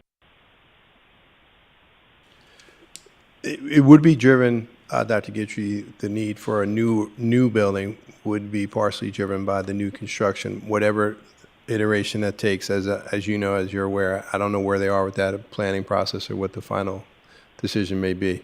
If we renovate the current building from a capacity perspective, we would be okay. Mm-hmm. I don't know if anybody else on the board has. Sorry. Yeah. I was just wondering, back when Josh first presented this, didn't he present a remodel and a rebuild option? And I don't remember the cost difference between those two. They're in there. The remodel's $30 million. Okay. Yeah. So one thing to comment about that is, Got it. I don't know if we have to make decisions about what we're gonna do today our definitive decisions about what we're going to do today on something that is going to be 3 or 4 years down the road. We have to plan for the two scenarios, and if the new subdivisions are under construction in 2 or 3 years, then obviously we would go with the new construction and the bigger building. If those aren't, if those have been blocked and they're not going to be constructed definitively, then we have to make a decision as to what we do then. But I mean, the county's definitely growing and needing more housing, so we're probably going to have some new construction somewhere in the county. Whether it's there or not is a question.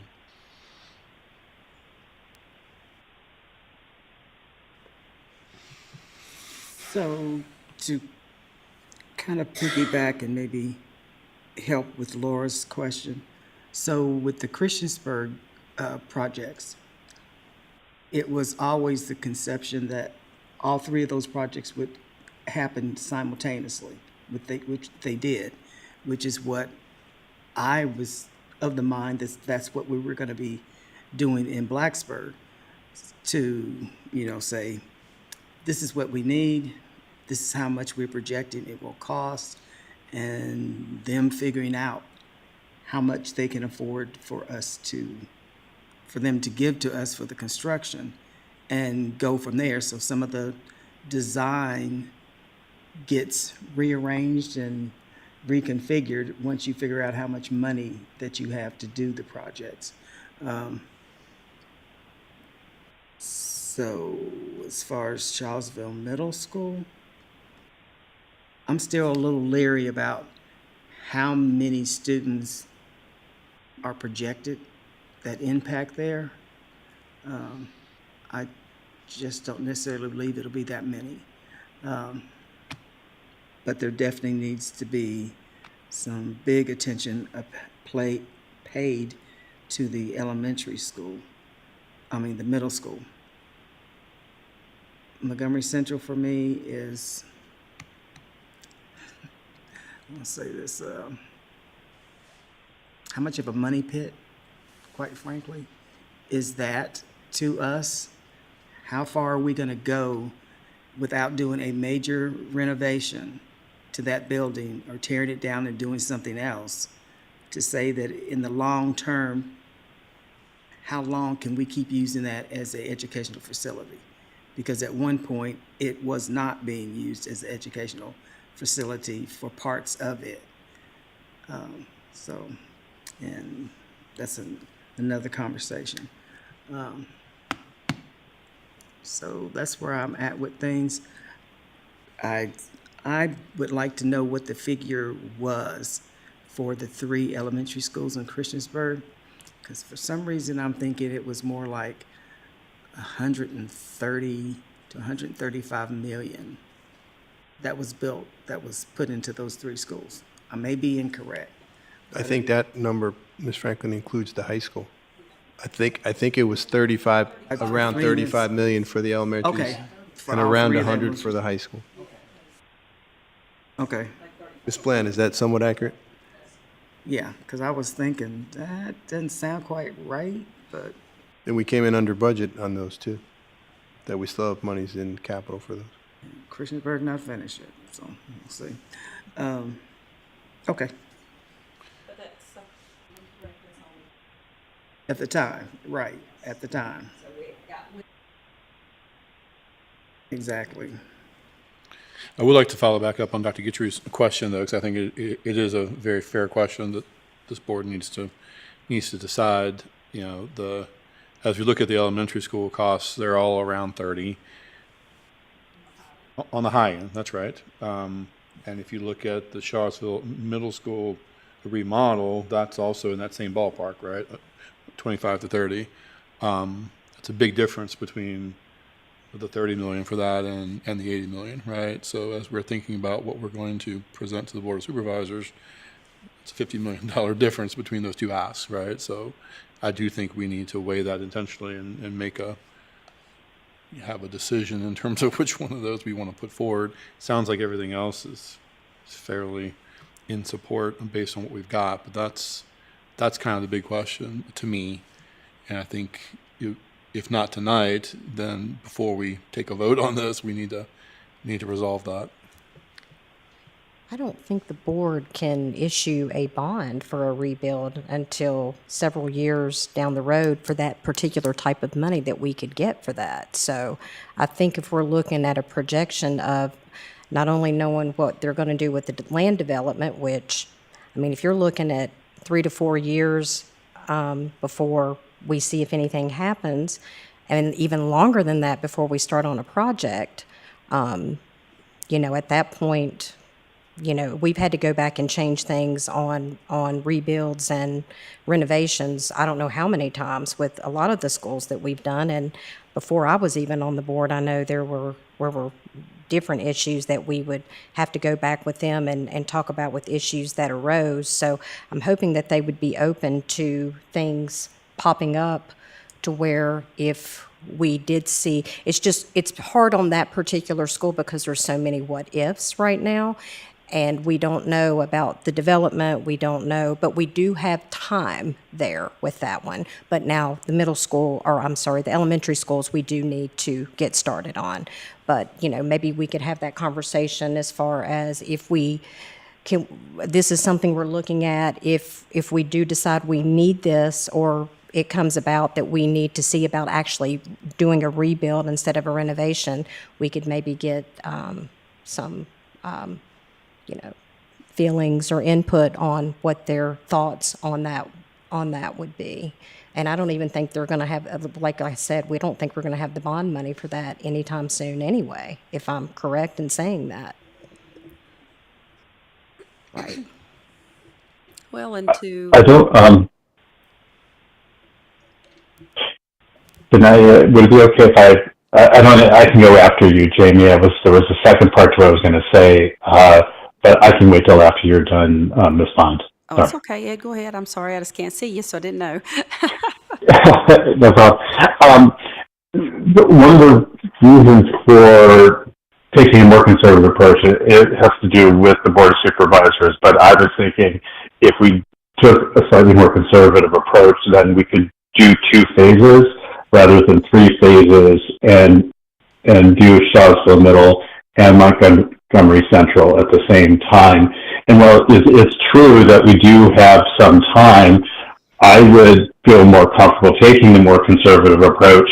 And if Fotheringham goes forward, I think certainly within that phase 1, we would have some idea, then have that conversation with the Board of Supervisors. But I would urge us to be sensitive to the conversations that the Board of Supervisors had this spring around finances and budgeting in the county. So yes, it's true that we have time. I don't see any reason for taking a more conservative approach. And if Fotheringham goes forward and it looks like it's going to radically transform that community, well then, we won't be in phase 2 when we know some more information and we can adjust. Thank you. Go ahead, Ms. Bond. I was just going to state that, when we did Auburn Middle, we did a reconstruction as well. We didn't do not a renovation, not a reconstruction. And a lot of that was because they wanted to keep the facade of the building. And this building is very similar to the front there and looks really cool, So that might be something that community's interested in. And for $19 million, and I understand it was years ago, and I get that the prices are different, but still, it changed that school immensely. So, I'm not opposed to renovating anything because after you see what it can do, if you go the right direction with it, I just think we need to make sure we do something for those students in an area that already feels forgotten. And whether it's a extensive renovation, for the number of students, 190 students, they are as important as any of the rest of our students. But if we can find a great renovation, just like we did at Auburn, which is phenomenal out there, so I'm for that as well. Let's keep going around. Ms. Purcell, I guess in particular your thoughts on remodel versus rebuild in Charlottesville? Sure.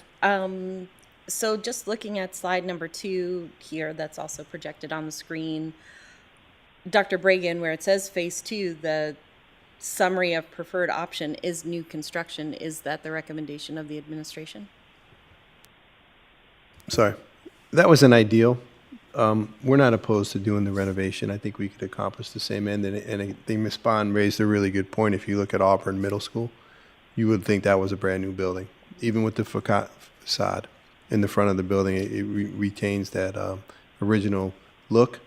But when you walk that building, you really can't feel the transition from the old to the new. So they did a great job there. So, I mean, that was an ideal if we could do it, but I understand the financial constraints. And of course, if you ask an architect to put their best foot forward, it's going to be the most expensive one. Thank you. And I would think kind of, again, echoing what Dr. Guitry and Ms. Parton have already said, I think the Board of Supervisors is well aware of the impact of that potential development, and they've been getting a lot of feedback and information about it. I believe a revised plan is supposed to come this month, maybe, or next month. Oh, it didn't pass? No, I'm not sure. I know they pulled it back.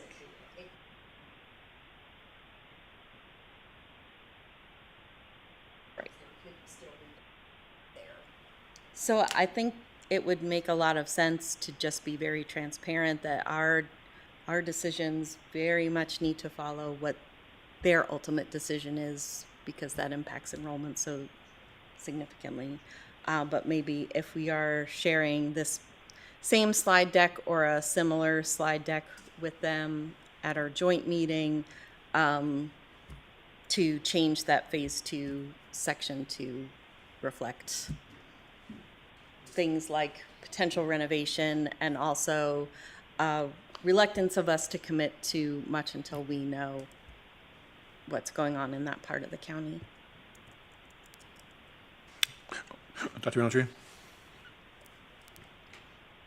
Yeah, I think that's good input, and my preference would be to have 2 slides, one without significant housing development in Eastern Montgomery portion of the county, and one with housing development, and just illustrate that without the housing development, we would maybe try to do it in 2 phases with Montgomery Central and Charlottesville Middle renovation in the same time. And then if the housing development were to move forward, we'd have a second slide that says basically, or actually what this slide says currently. Okay. And then the other thing that I had, just because the cost of construction on slide 4, it says that construction costs have increased 49%. That's that construction was 49% of what it is today in 2017. Cost of construction has increased 100% since 2017-18. So.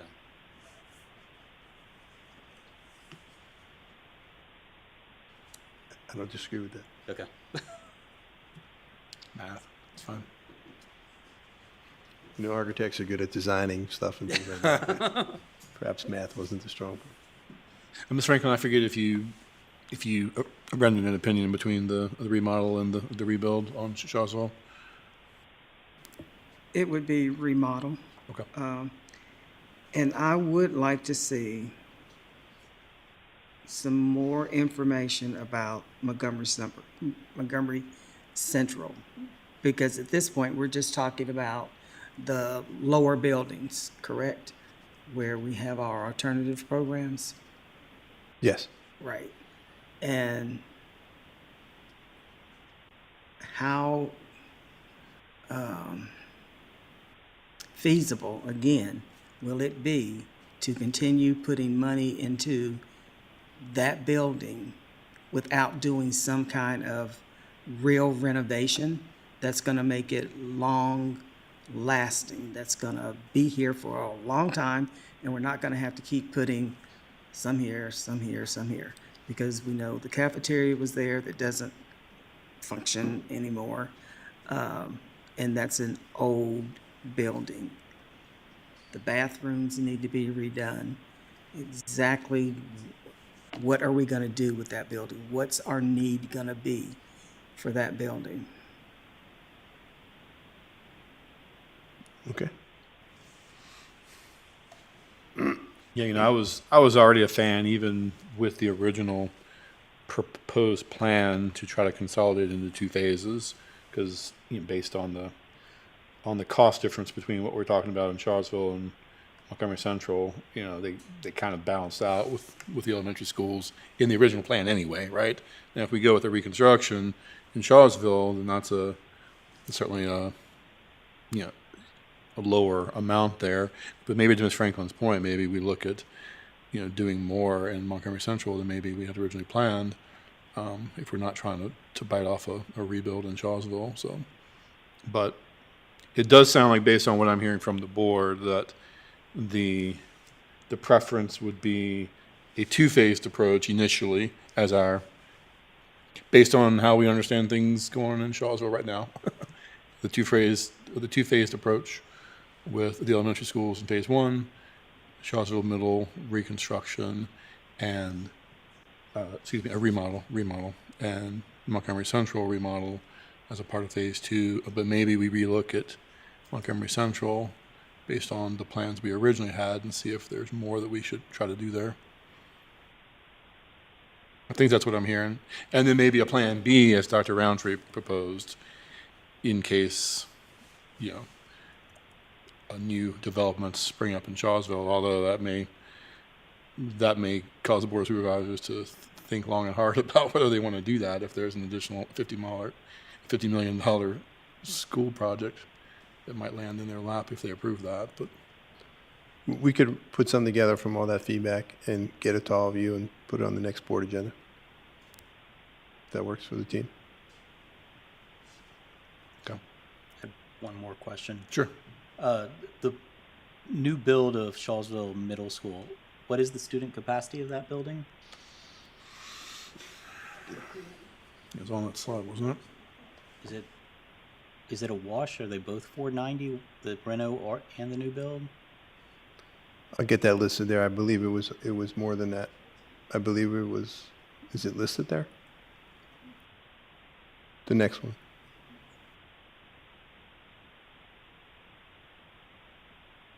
I don't think it's listed there. I'm pretty sure it was over 500. I'll get that number for you. Yeah, thank you.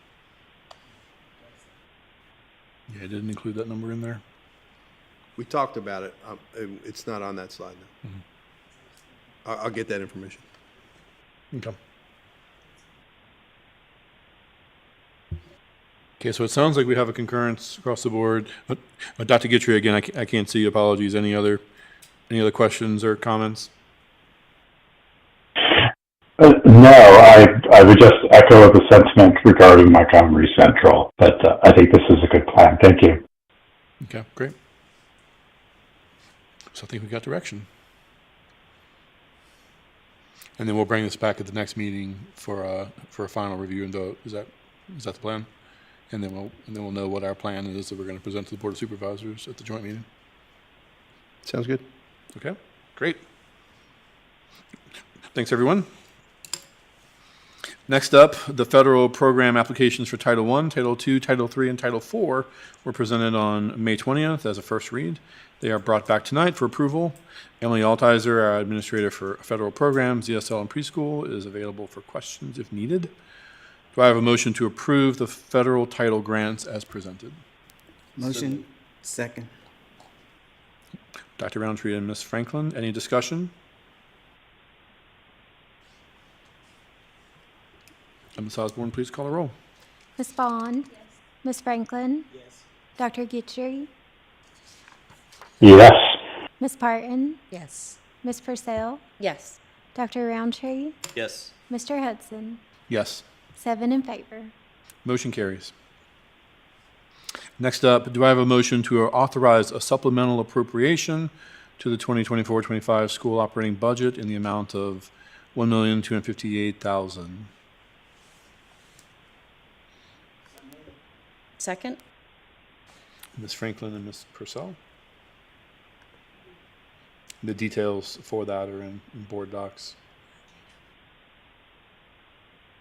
Dr. Bragan, could you briefly summarize those? I think someone on the board or have. Basically, that's moving some of the grant monies that are in the grants that we have to transfer them to our operating budget. As you see there, they're going towards instructional and operations and maintenance. Okay, great.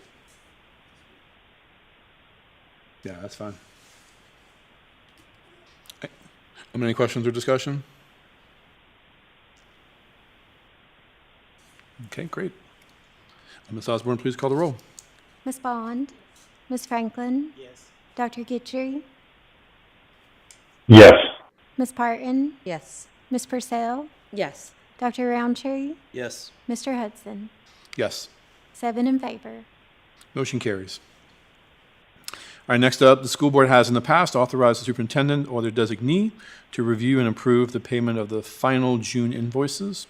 The July invoices are included in this request since there are no school board meetings scheduled between June 17th and July 29th. This will allow us to pay personnel and vendors in a timely manner. Do I have a motion to authorize the superintendent or designee to review and approve payment for the final June invoices from the FY 24-25 year and July invoices from the FY 25-26 appropriated budgets?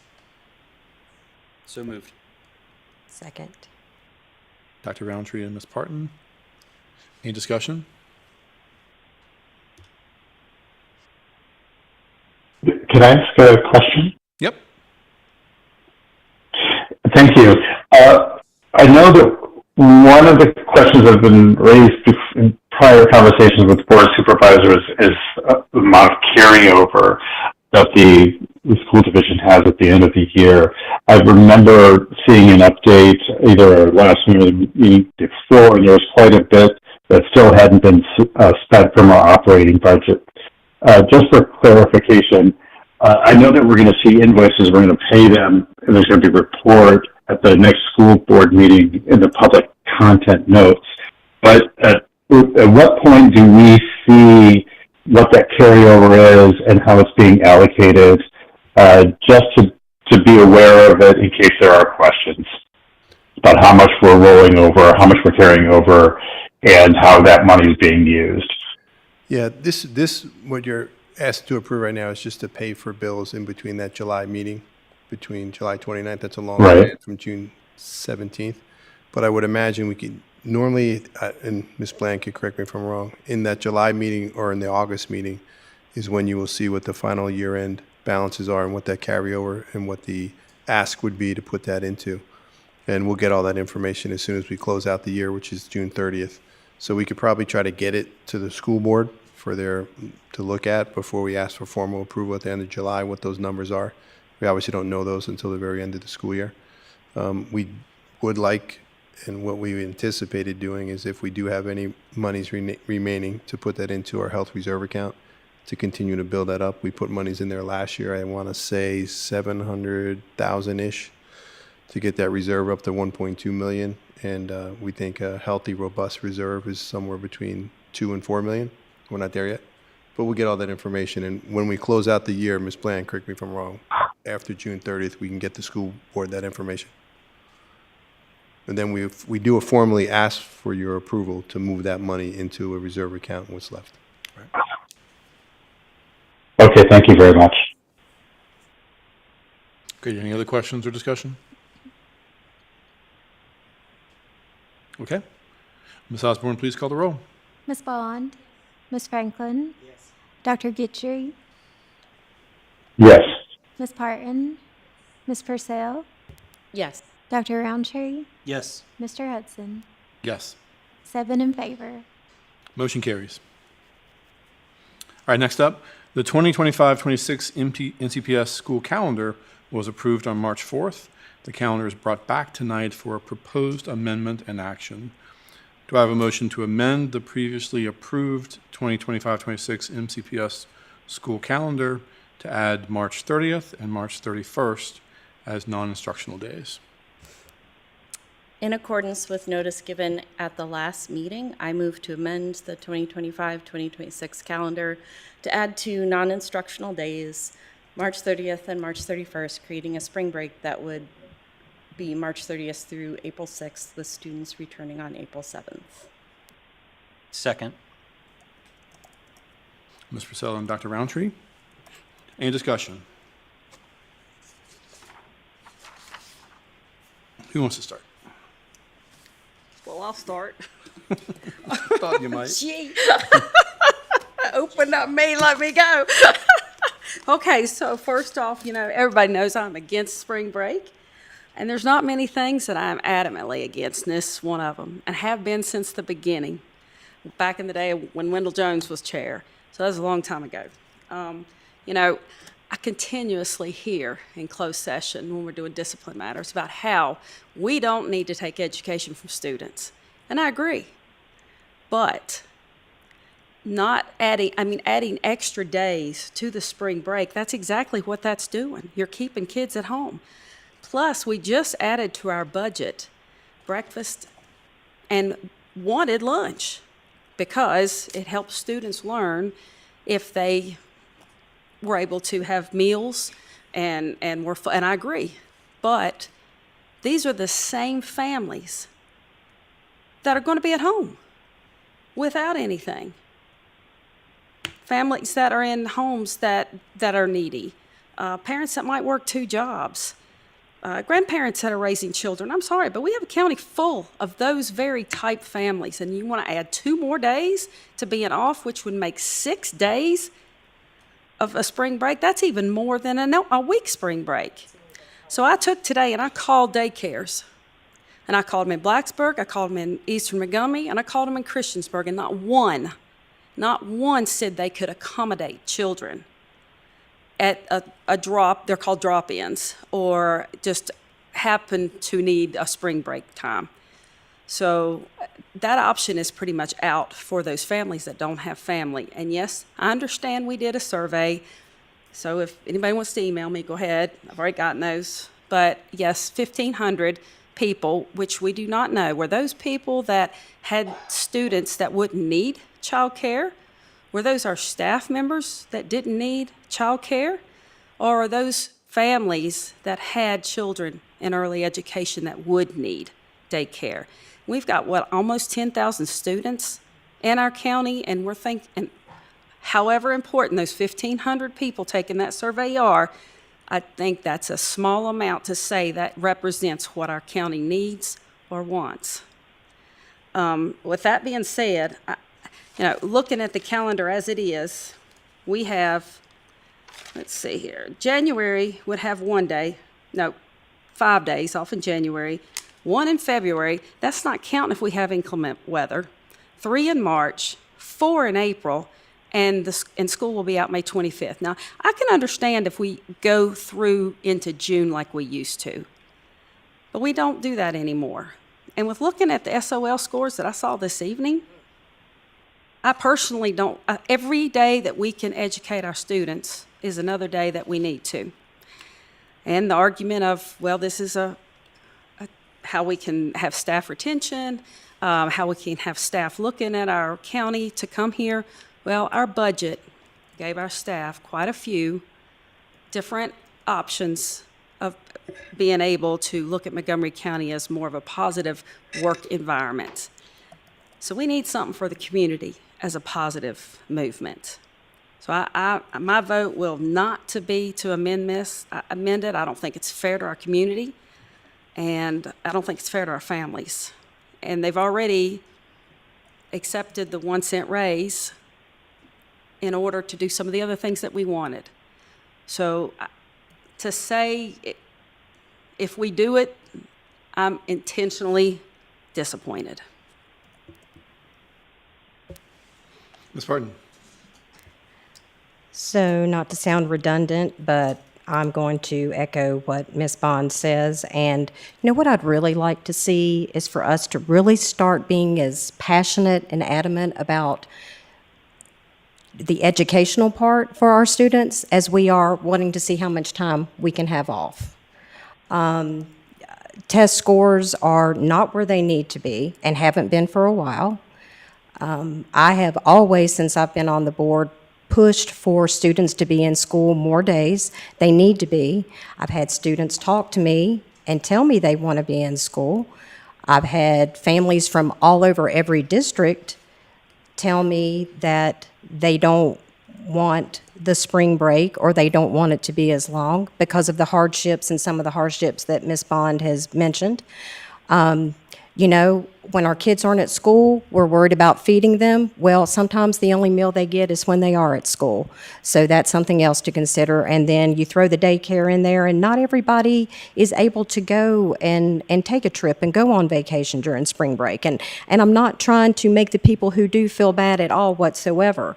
But you know, given the time off that Ms. Bond has already mentioned, inclement weather days, but more often than not, I feel like what I need to do and how I need my thinking to be and where I need to put my priority is in our kids.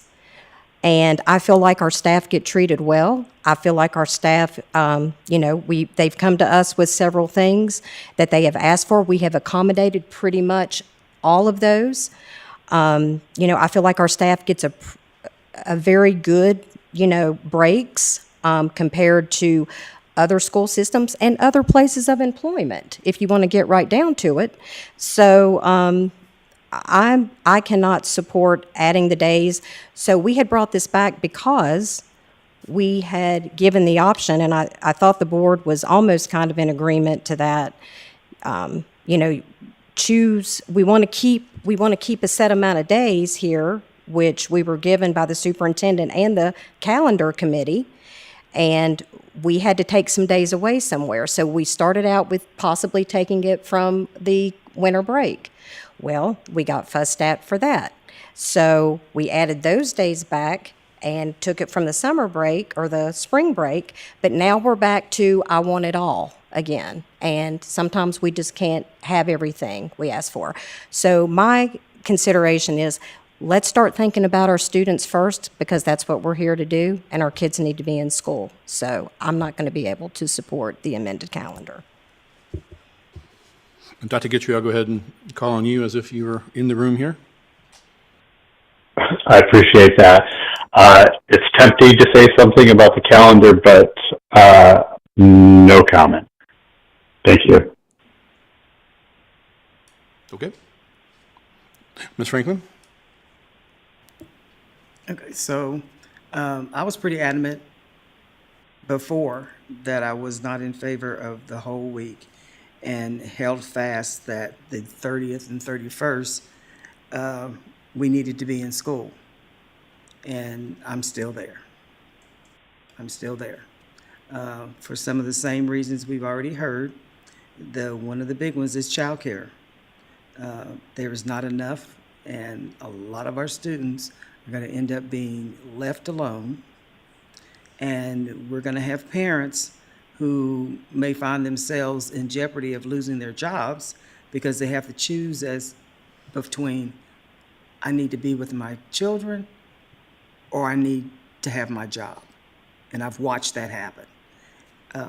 So not in favor. Dr. Roundtree? Yeah, so this will drop us to 179 days. I think the target is 180 days. If I understand the superintendent's target number of days for the school year. With the comments here, I mean, if somebody that's wanting fewer days off that during that period, somebody wanted to suggest an amendment of amending to not include April 6th in that time off, I would support that. So that would just be the 5 days, Monday through Friday, bookending with the 2 weekends, but not the following Monday. And that would give us 180 days even.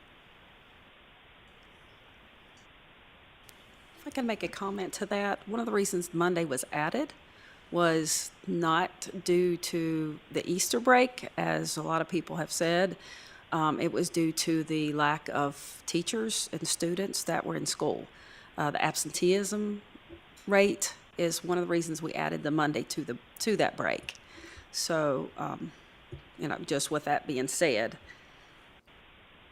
Yeah, I mean, that may be the case with an extended Easter break that people are going out, coming back on Tuesday instead of Monday. I think you're going to have, well, I know you're going to have a lot of the same problem with having a Monday, Tuesday in session. People are going to take those days off too, and we're going to have chronic absenteeism on those 2 days as well. And if that's so, then that's a choice. If they want to make that for those who can do it, then they can. Right. Yeah, so it's a choice on the 30th and 31st, but not on the 6th. Right, but you're still giving Okay, those extra days. Let's go around. We're not back and forth in here. We haven't gotten everybody yet. All right, thank you. Mr. Purcell? Haven't heard from everybody yet. As I stated at the last meeting, I brought this up due to community feedback. There was clearly communicated desire for a full week break from parents and employees. I think there are valid concerns about absences and need for subs, as well as quality instruction days. Administrators and teachers have told me that there tends to be an increase in problematic behaviors in about the middle of the second semester, and an important part of the education process is reflection, and taking a break and doing other things can help provide that. It is not perfectly timed, but it is a break. I understand concerns about the need to find alternate care situations for working parents who cannot take time off. I am that parent. I can't take time off that week, and I need to think ahead about how to make provisions for my child. However, public schools are not free childcare. That's not the role. It becomes the role, but that's not the purpose of our institution. If we as a board want to have a serious discussion about providing wraparound services to meet childcare needs, I would love to have that conversation. And that's one of the reasons why I keep bringing up the idea of community schools, because that's a way to formalize relationships with community partners to better meet student needs and provide services like childcare that better fit parent work schedules. We have a 2-week break at the end of the calendar year and 11 and a half weeks of break over summer, and there's no kind of pushback on those, just these 2 days. So there's just some something is not lining up for me here. I understand that camps are expensive. I understand that the scramble is stressful. The bank account dwindles quickly, because that's my lived experience as well. But a public school calendar is not about that. It's about trying to arrange things so that students can be successful, and part of that is working in breaks. So that is why I made the effort to find a way to potentially make this amendment, and if it does not pass, then I just tried, and that's it. See, for my 2 cents here, you know, if there's one vote that I've had since I've been on the board that I'd like to take back, it was that calendar vote, because I feel like, you know, although there was some good negotiation, some good compromises from some of us on the board, and not as much all the way around. I think that ultimately what we landed on was a Frankenstein that nobody wanted, right? There's nobody asking for less than a week, but more than nothing spring break, and that's what we landed on. So the calendar committee presented to us, and you know, if we trust their efforts, the fact that they're trying to put school students first just as much as we are, and it's not just about them wanting more time off, then I would trust that they factor those considerations into the recommendation that they brought before us, and we discounted it in that vote. And then we took a survey, and in that survey, which I have it right here, 87, almost 90% of those respondents preferred a full week. And that wasn't 90% of respondents from Blacksburg. Blacksburg had less than half of the respondents. So that was respondents from across the county who said that they would prefer a full week of spring break. And we still didn't oblige that. We came up with something else. I know there's debate around the timing of it, whether to align to the schools or not. That was around 50, you know, and I know that there's going to be folks out there who, if we don't realign the night with the schools, they're still going to be unhappy with us, but that's not the motion that's before us tonight.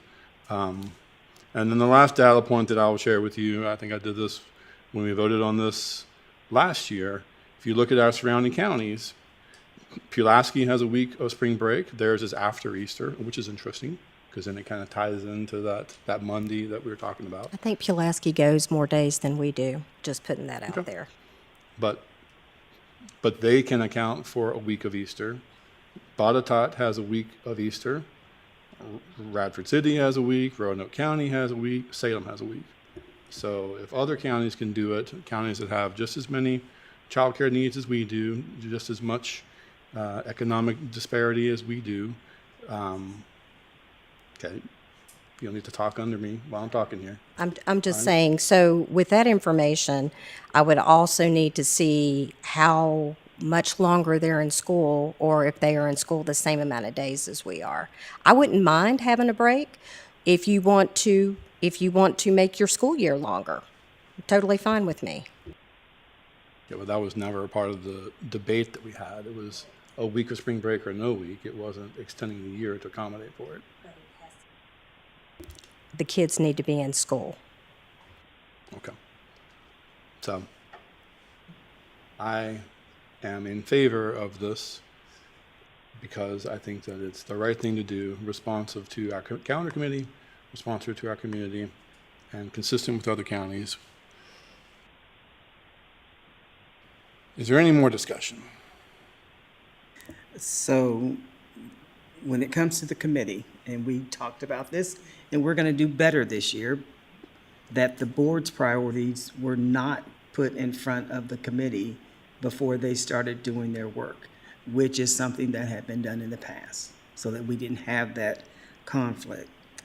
And then the other thing is, during that discussion, I said we needed to look at year-round schools.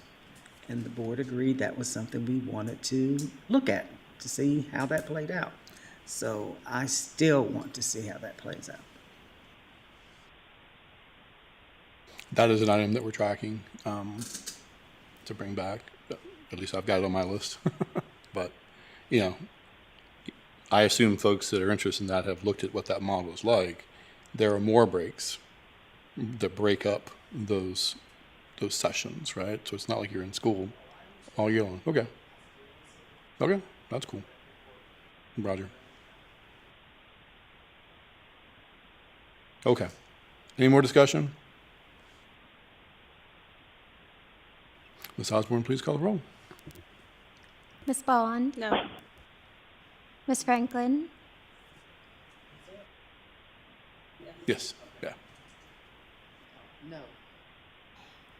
Dr. Guitry? No. Ms. Parton? No.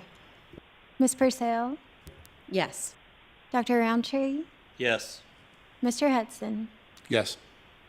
3 in favor, 4 opposed. Motion fails. All right. Are there any items of unfinished business?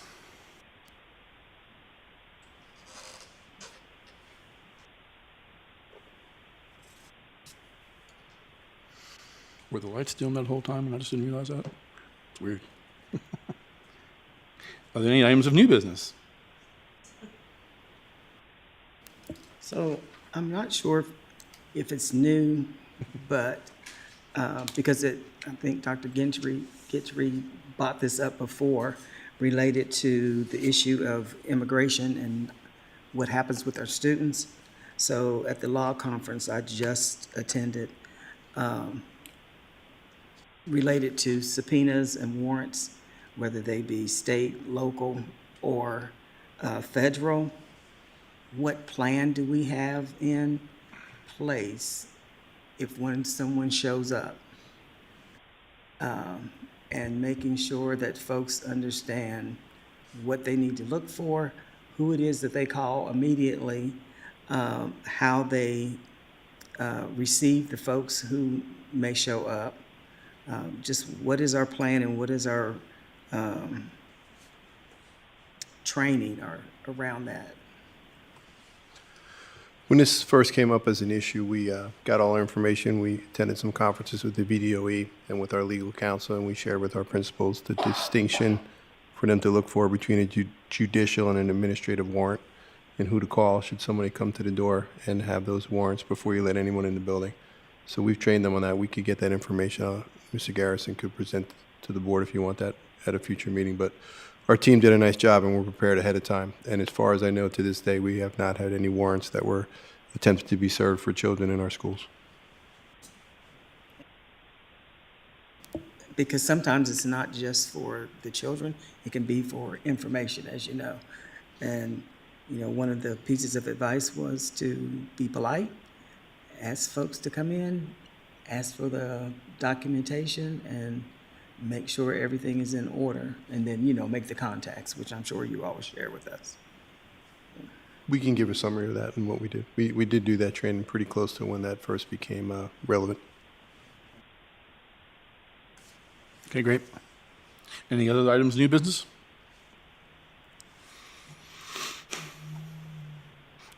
Are there any announcements?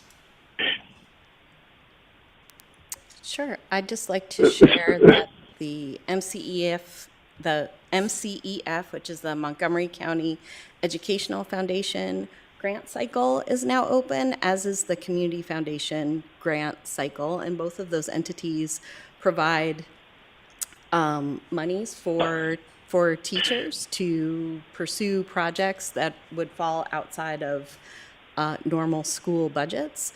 On Thursday, June 5th, there'll be a grant workshop on Zoom for teachers, and I hope that folks can sign up and take it and get more information and get their questions asked. But it will also be recorded, so it'll be available if you happen to have a conflict at that time.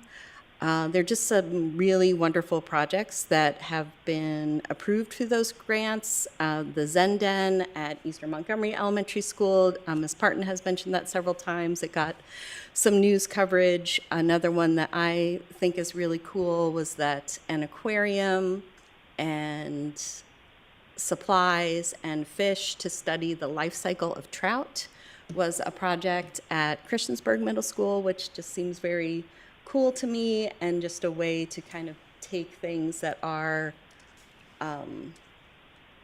you're learning it in a book, maybe you're watching videos, but to really kind of see it and experience and watch things grow in your school, that's just something that students will really, really remember. So I just highly encourage any teachers, if you have a seed of an idea, please try and pursue it and go after some of this extra funding. Dr. Guthrie, did you have a comment?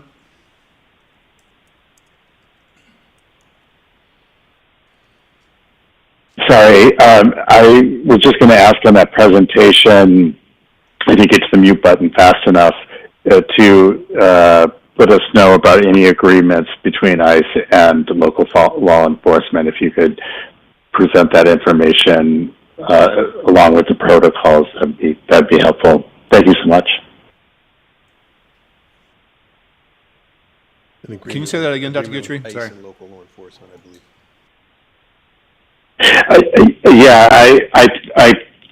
I know that there was an order from the governor to work with ICE, but it's up to local law enforcement to create agreements. I just was asking if there is a presentation, if there could be information on the different local law enforcement agencies, and if there are any agreements or just an update on that. Will do. Okay, great. Thank you, sir. Any other announcements? Yeah, I'd like to thank the administration for the flyers for the Sun Meals program. Meals are free for kids under 18. No applications required. Locations: Bellevue Elementary, Christiansburg Elementary, Christiansburg Primary, Eastern Montgomery Elementary, Bowling Branch Elementary, Prices Fork Elementary, and Shawsville Middle. We'll be putting up flyers around the community. And you can also find it on several of the school board members' Facebook pages. Thanks. And if I could piggyback on that, this program is not the same one that we'll be in July, because I got very confused. And so I had to call and find out. But that's another program that we definitely need to get flyers out, because That way, parents, don't have to have children present, and I think that makes a big difference for those working. Yep. Great. Anything else?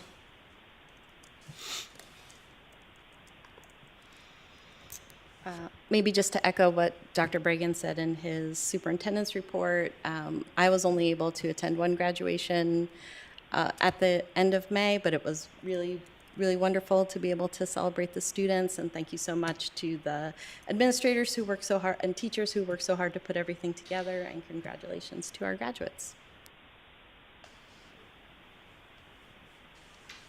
All right, great.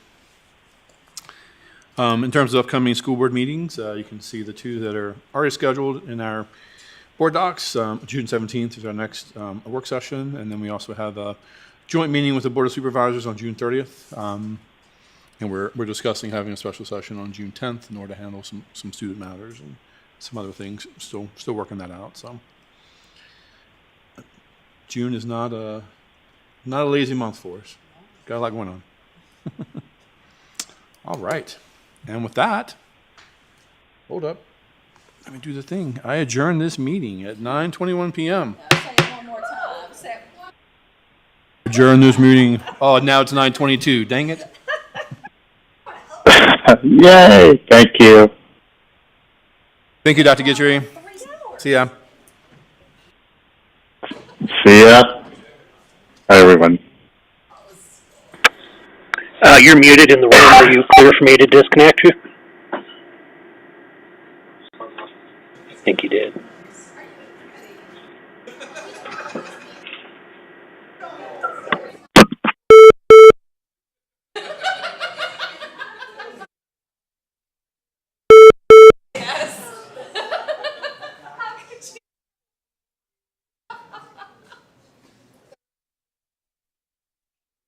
It's a long 30 seconds, I'm just saying.